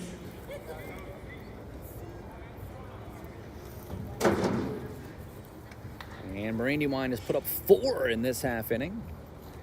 And there goes the runner. Finke, a good throw, just a little high. Surprised the runner on third did not come home. But still 2 runners in scoring position with only 1 out. And again, Paul, I don't know if he's going on his own or not, but I don't know. I just don't. If it was in the major leagues, you would not be looked upon positively if you were stealing up 9 runs. No, 100%. That being said, Steve, the Knights did put 4 up on the board in the bottom of the 7th. So, you know, right. at this level, is there ever a safe lead? That's a good point. And that one's going to be popped up, but this is not going to be an easy play. Montero does call it off. And just bluffing on the run come home. And a good job by him to run that ball into the infield rather than maybe throw it wildly or give the guy on third a chance to score. Up to bat, number 20, Ryan Snyder. Snyder continues to get every at-bat. Led the team coming in, is going to lead the team going out. Spatafor low and inside. There are 2 outs here, and the Knights do still have 6 batters.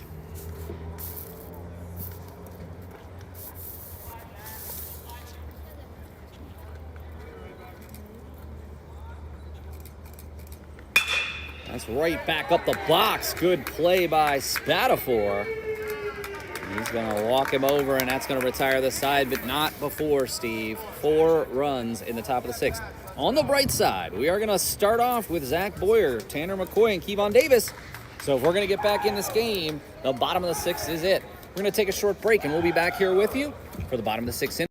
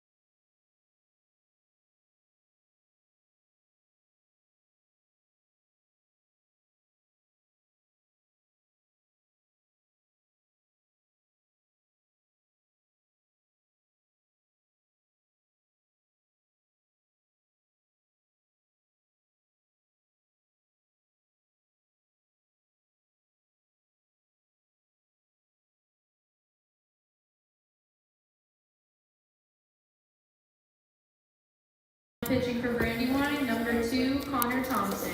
And Connor Up to bat, Thompson, number 14, Zach Boyer. not the guy we want to see. In 38 and 2/3 innings, has only allowed 25 hits and 6 earned runs in 38 innings and a 6-1 mark on the season. By far leads the team in ERA, innings pitched, second in strikeouts. So this guy is not the guy the Knights wanted to see for these final 2 innings, Steve.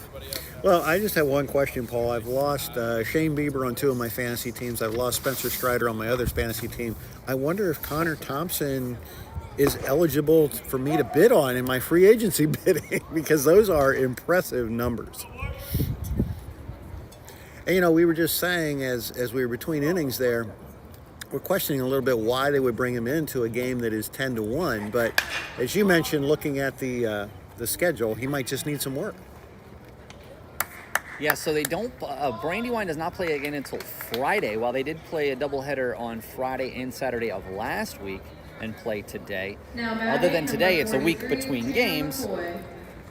And you never know. Maybe he pitched in relief one of those games. It's hard to say at this point. Or, like I said, maybe they just want to get out of here. And they bring in their ace to close them down. Especially because of what happened in the last game, as I mentioned, the 6 consecutive walks. It is 6:24, and I don't know if we have the ability to turn the lights on tonight. I would say that we probably don't. I do know that we will be under the lights for community night, which is sort of one of the reasons why we come and play those later games, because that is the one night that we do have the ability to turn the lights on. But to my knowledge, we do not have that option here today. And I'll tell you, Thompson's got quite the repertoire. I didn't get to mention, Boyer gave that ball a ride, and that's 2 that were hit deep. Not quite the warning track there, but... And the Baltimore chop. This is going to be a tough play. McCoy legs it out. And so close, but he is down, and the Knights are down to their final 4 outs. And stepping in, Kevon Davis. A good play by Snyder there at second. He didn't rush that play, rushed the throw, and was able to get him by a couple steps. Kevon Davis. 0 for 1 on the day, did walk. And you mentioned that Kevon's been off to a slow start here in the season, and even though it's a 10-1 game, these are the kind of at-bats that if Kevon could maybe come through and get a hit here, you know, it might start to restore his confidence a little bit, might pay dividends down the road. So even though it's 10-1, there's still a lot of things to work on these last 2 innings. Definitely.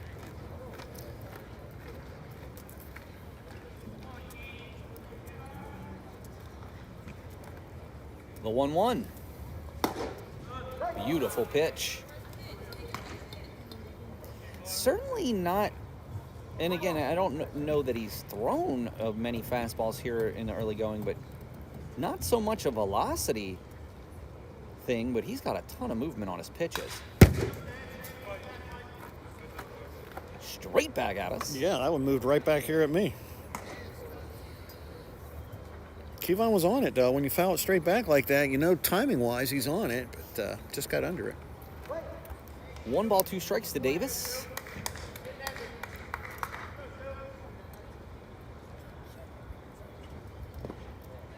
Low and inside, runs the count to 2-2.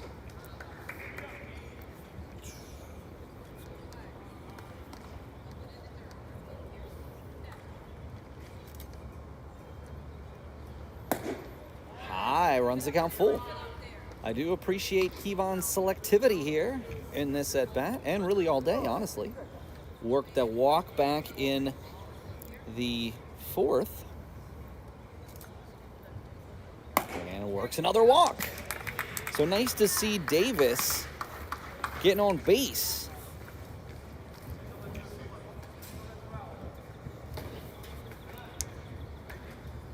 Now batting, number 26, Colby Criswell.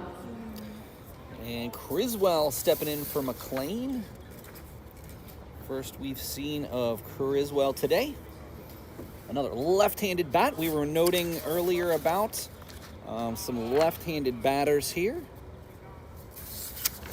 And he's been in 9 games, but only 3 at-bats. 3 hits. So he's batting 1,000. Can't do any better than that. And he scored 5 runs. Absolutely not. So obviously he's come in as a pinch runner several times. Well, and also, Steve, I do note, if I would have told you that Colby Criswell leads the team in games pitched, would that surprise you? A little bit, perhaps. More pitching out of the pen. Yeah. So the one thing I have noticed this year in terms of how Coach Stern is utilizing his team, there aren't a lot of two-way players. It's going to be a tough play, but does manage to beat Criswell to the bag, and that will retire the side. We are going to go to the top of the 7th inning, and it is 10-1. The Knights got a mountain to climb here in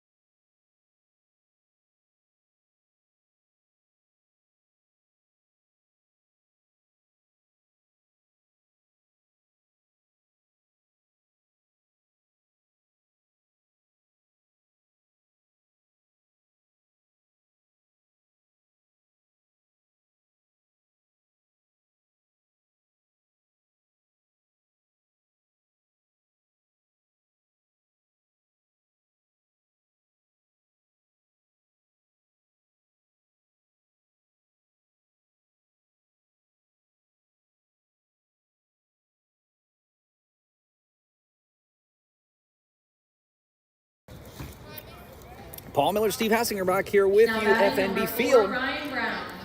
Spatafor still in there. Brown up to the plate. Knights trail 10-1, Steve, and as we get through this last inning here, that's going to be a tough play out to left, but on the warning track, Montero comes up with it. Where do we go from here for the Knights? I mean, obviously we ran into a tough team. Obviously, some of the rainouts and lack of play over the past couple of weeks has hurt. But frankly, the Knights didn't play terribly bad. If anything, I would point to some lapses in defense that really allowed both of these games to get out of hand. What are your thoughts for some improvements that the Knights can make going forward? Yeah, I think, number one, I got to get the bats going a little bit. And there's a ball into the gap.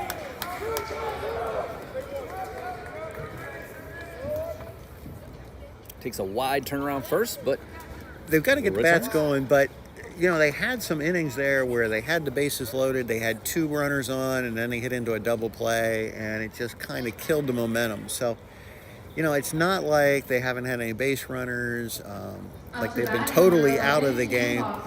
And you know what? Sometimes I think it's easier to bounce back from 13-7 and 10-1 than it is from 6-5 and 7-6. Those games you're replaying in your mind and you're saying, well, this one play or this one at bat, would have changed it. It wasn't one play or one at bat here today. What I would really like to see is that they would be able to play those games on Thursday and get this out of their mind and move on. But as you said, the weather does not look good for Thursday. So Mother Nature does not want to cooperate, but we shall see. Of course, if the game is played, we will be here. But at this point, it does not look bright, both literally and figuratively. And, we've talked several times earlier about getting 2 strikes on the batter and then just not being able to finish them off. So, again, it's not that they were that far away, but when you get those 2 strikes, you've got to be able to make that pitch to finish off the the batter and get the out. I knew there was a reason why we have you on the show, and it's your bright insight on baseball matters, Steve. No, it is my absolute pleasure, all joking aside. I absolutely love getting to spend time with you, Steve. Not only are you a close colleague, you're a close friend as well, so having this opportunity to get out here with you and enjoy just a beautiful afternoon of baseball, maybe not quite on the scoreboard, but it's something that I'll always remember. Bad day at the ballpark is better than a good day at the office, right? Well, technically I'm still at the office, but I get your point. Baltimore chop. This is going to be a really tough play for Zell. And safe. And McCoy is blindsided there that he didn't get the call. Yeah, and Zell did a good job on that ball. He really had to kind of stay back on it a little bit, got an in-between hop there, and got rid of it in a hurry, but... And again, Steve, that play is just sort of a microcosm of everything that's happened to the Knights today. Yeah, you think back to the place where the Knights had a couple runners on and just hit two lasers right at the second baseman. I mean, those two balls, they get past him, they could have gone all the way to the wall. And this should be an easy play for Thomas. The runner tagging and comes back, and if that could have been cut off by Boyer, they had a chance at second. But alas. And a good throw. I think if he had tagged and gone to third, he probably would have been out.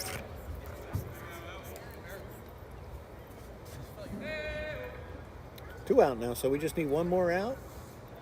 Then move to the bottom of the seventh for a touchdown and a field goal.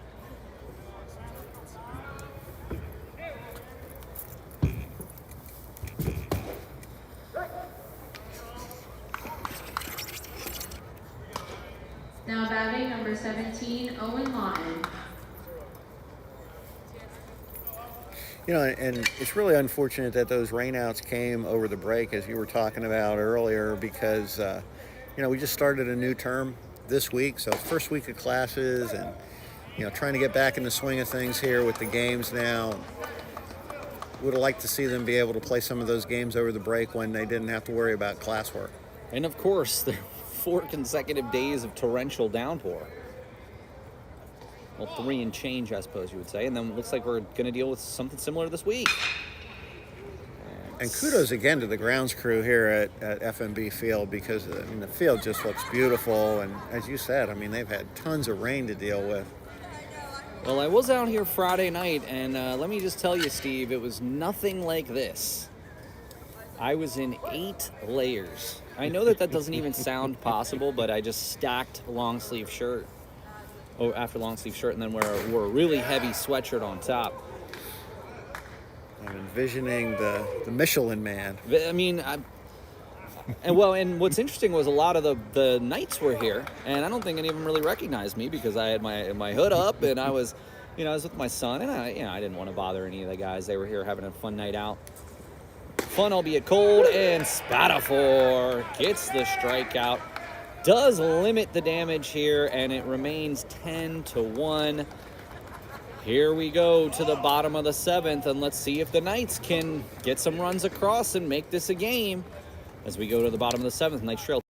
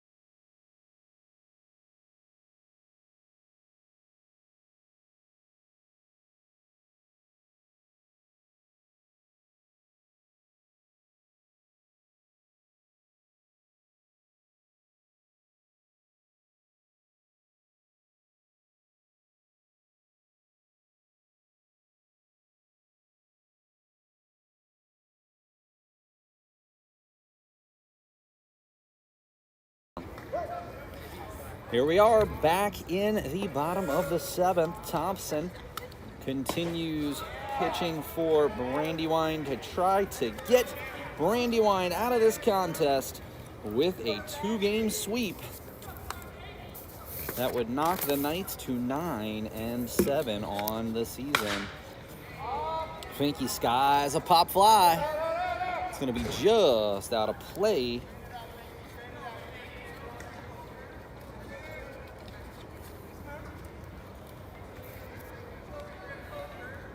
Ten runs on 10 hits. That's double-digit runs and hits for Brandywine today. Only 1 run on 2 hits for Central Penn. And he rung up Finky. And Montero steps in to try to get something going Number here. 30, Yefrani Montero.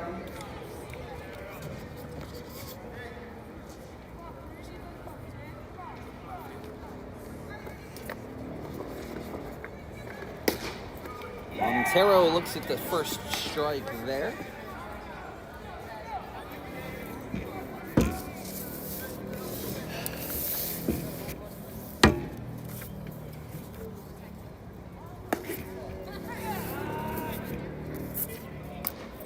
And as you mentioned last inning, Thompson coming out here with a lot of movement on the ball. It looks impressive. I can see where he gets those numbers. And the nightly news player of the game will be Tanner McCoy with one of the 2 hits and the only RBI for the Knights. So congratulations to Tanner McCoy for his first nightly news player of the game. And hey, should the Knights keep things going, you never know. He might get back up to bat.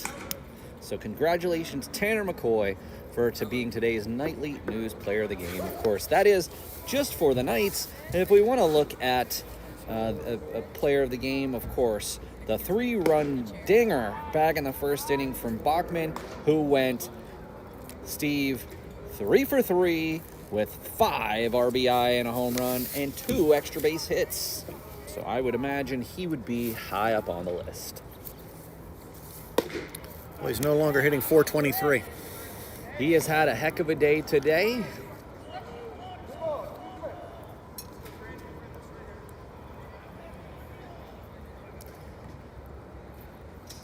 And there's a shot to center. I'll tell you what, Montero, even though he's hit it at some people, he has got some serious aluminum on some balls today. For his stature, he can hit it a ton. Yeah, with his speed, you just like to see it on the ground a little bit more from Now batting, him. number 11, As he and Zell Owen obviously Zell. can cause a lot of problems for the fielders with their speed.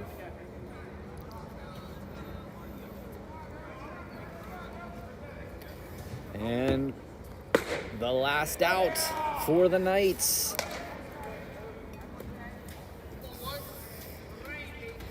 Ten to 1 here. 0-1. And he thought he had strike 2, but that'll run the count to 1-1.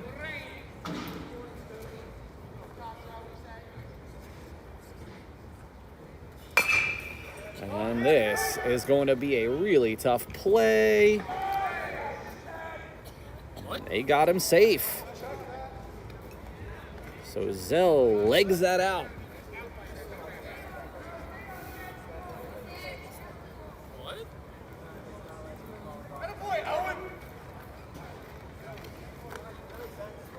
And St. Brandywine manager is complaining, and they're going to call for the bullpen with 2 outs up 9. And Paul, I just have to give Owen Zell a ton of credit. You're down 9 runs. He hits a chopper to the infield.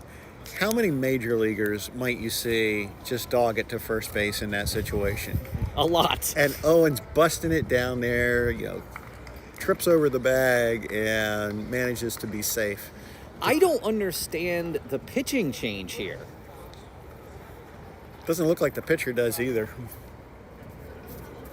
Well, the manager for Brandywine was not happy about the call on first, and I don't know in what sense it makes sense to change a pitcher here, but And I understand a pitch count.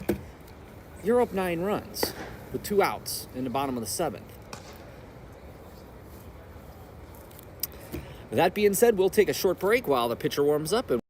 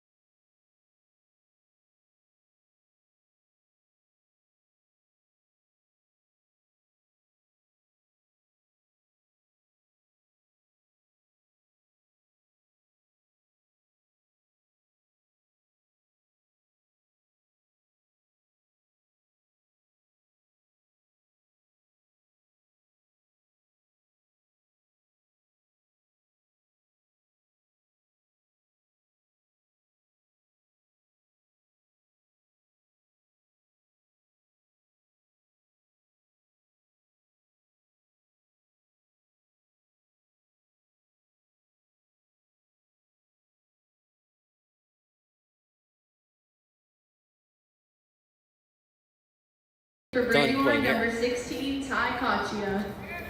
Ty Kachia, after the perplexing pitching change up by 9, Kachia will look to get the final out. And Zell on first. And this is his 10th appearance. He's had 1 start, a record of 0-2, but he has 2 saves, and comes in with an ERA of 7.47 in 15 2/3 innings. And Zell was halfway down the baseline. I think that would be the old catcher's indifference. It was more like pitcher's indifference there, Steve. The pitcher wasn't holding him on. And I think Zell is probably going to do the same thing here. Way out. That would have been the pitch to run on. Although it was almost like a quasi-pitch out. I wonder if that's what Kachia was actually going for there. 1-2, 2 down, bottom 7.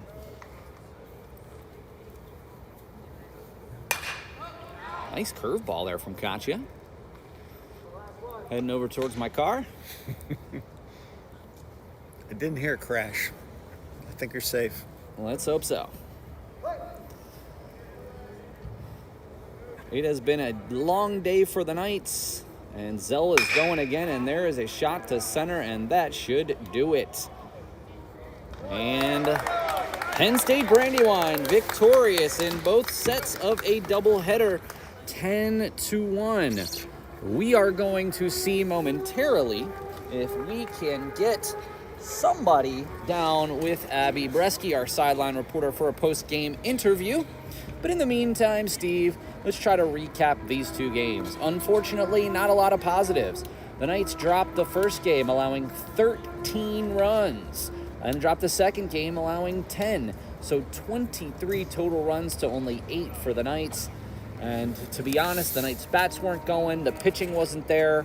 It was just a tough day all across the board for the Knights. Yeah, too many walks, several wild pitches, 5 errors in that second game. We talked about, Central Penn came in having won 8 of 9 with a 9-5 overall record. So this drops them to 9-7. You just have to put this day behind you. That's really all you can do. And again, 13-7, 10-1. Wasn't one play here or there. So you just try to put it behind you and you try to move forward. And I know this team still has big goals for the year, and hopefully they can get back out there on Thursday. If they can't get out on Thursday, next week, hopefully will be a better week, and they can turn this thing around. Well said, Steve. Well, again, our goal is to be here on Thursday afternoon, and you'll just have to check back to centralpennknights.com and to get a better idea of if we are going to be here or not. We're just trying to hold tight for Abbee to see if we can't get somebody to be interviewed. We're going to take a short break.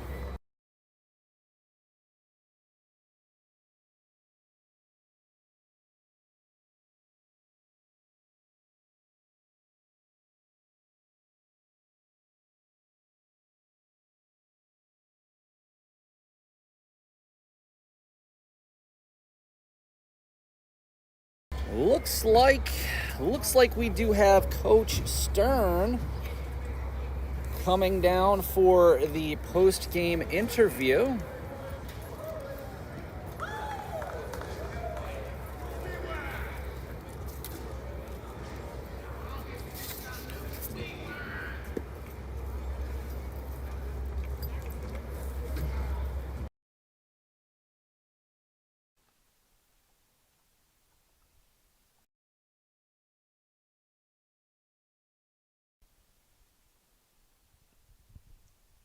We got head coach Robert Stern here with us today. After a tough day for the Knights, what do you tell your team? What's that message for your team the next 2 days to get ready for Thursday? I got to go to practice and get back to work. Got to hit the baseball. And what do you think's the most crucial part for Thursday? Is it a mindset? Is it the fundamentals? What do you think? Mindset. Guys not coming playing with their brains. Guys are just playing on instinct, not prepared. Well, thank you so much, and we look forward to seeing you Thursday. Thank you. Thank you, Abbee, for the post-game interview there with Coach Stern. Obviously a tough day at the office for Stern and the Knights, but we hope to be back out here with you on Thursday. As always, keep up with CentralPennKnights.com for the status of our game in the face of the weather. And if we're not here with you, we hope to join you next Monday for the last part of the homestand. Knights drop both games of a doubleheader. For Paul Miller and Steve Hassinger and the Nightly News Media Club, we'll see you again next time.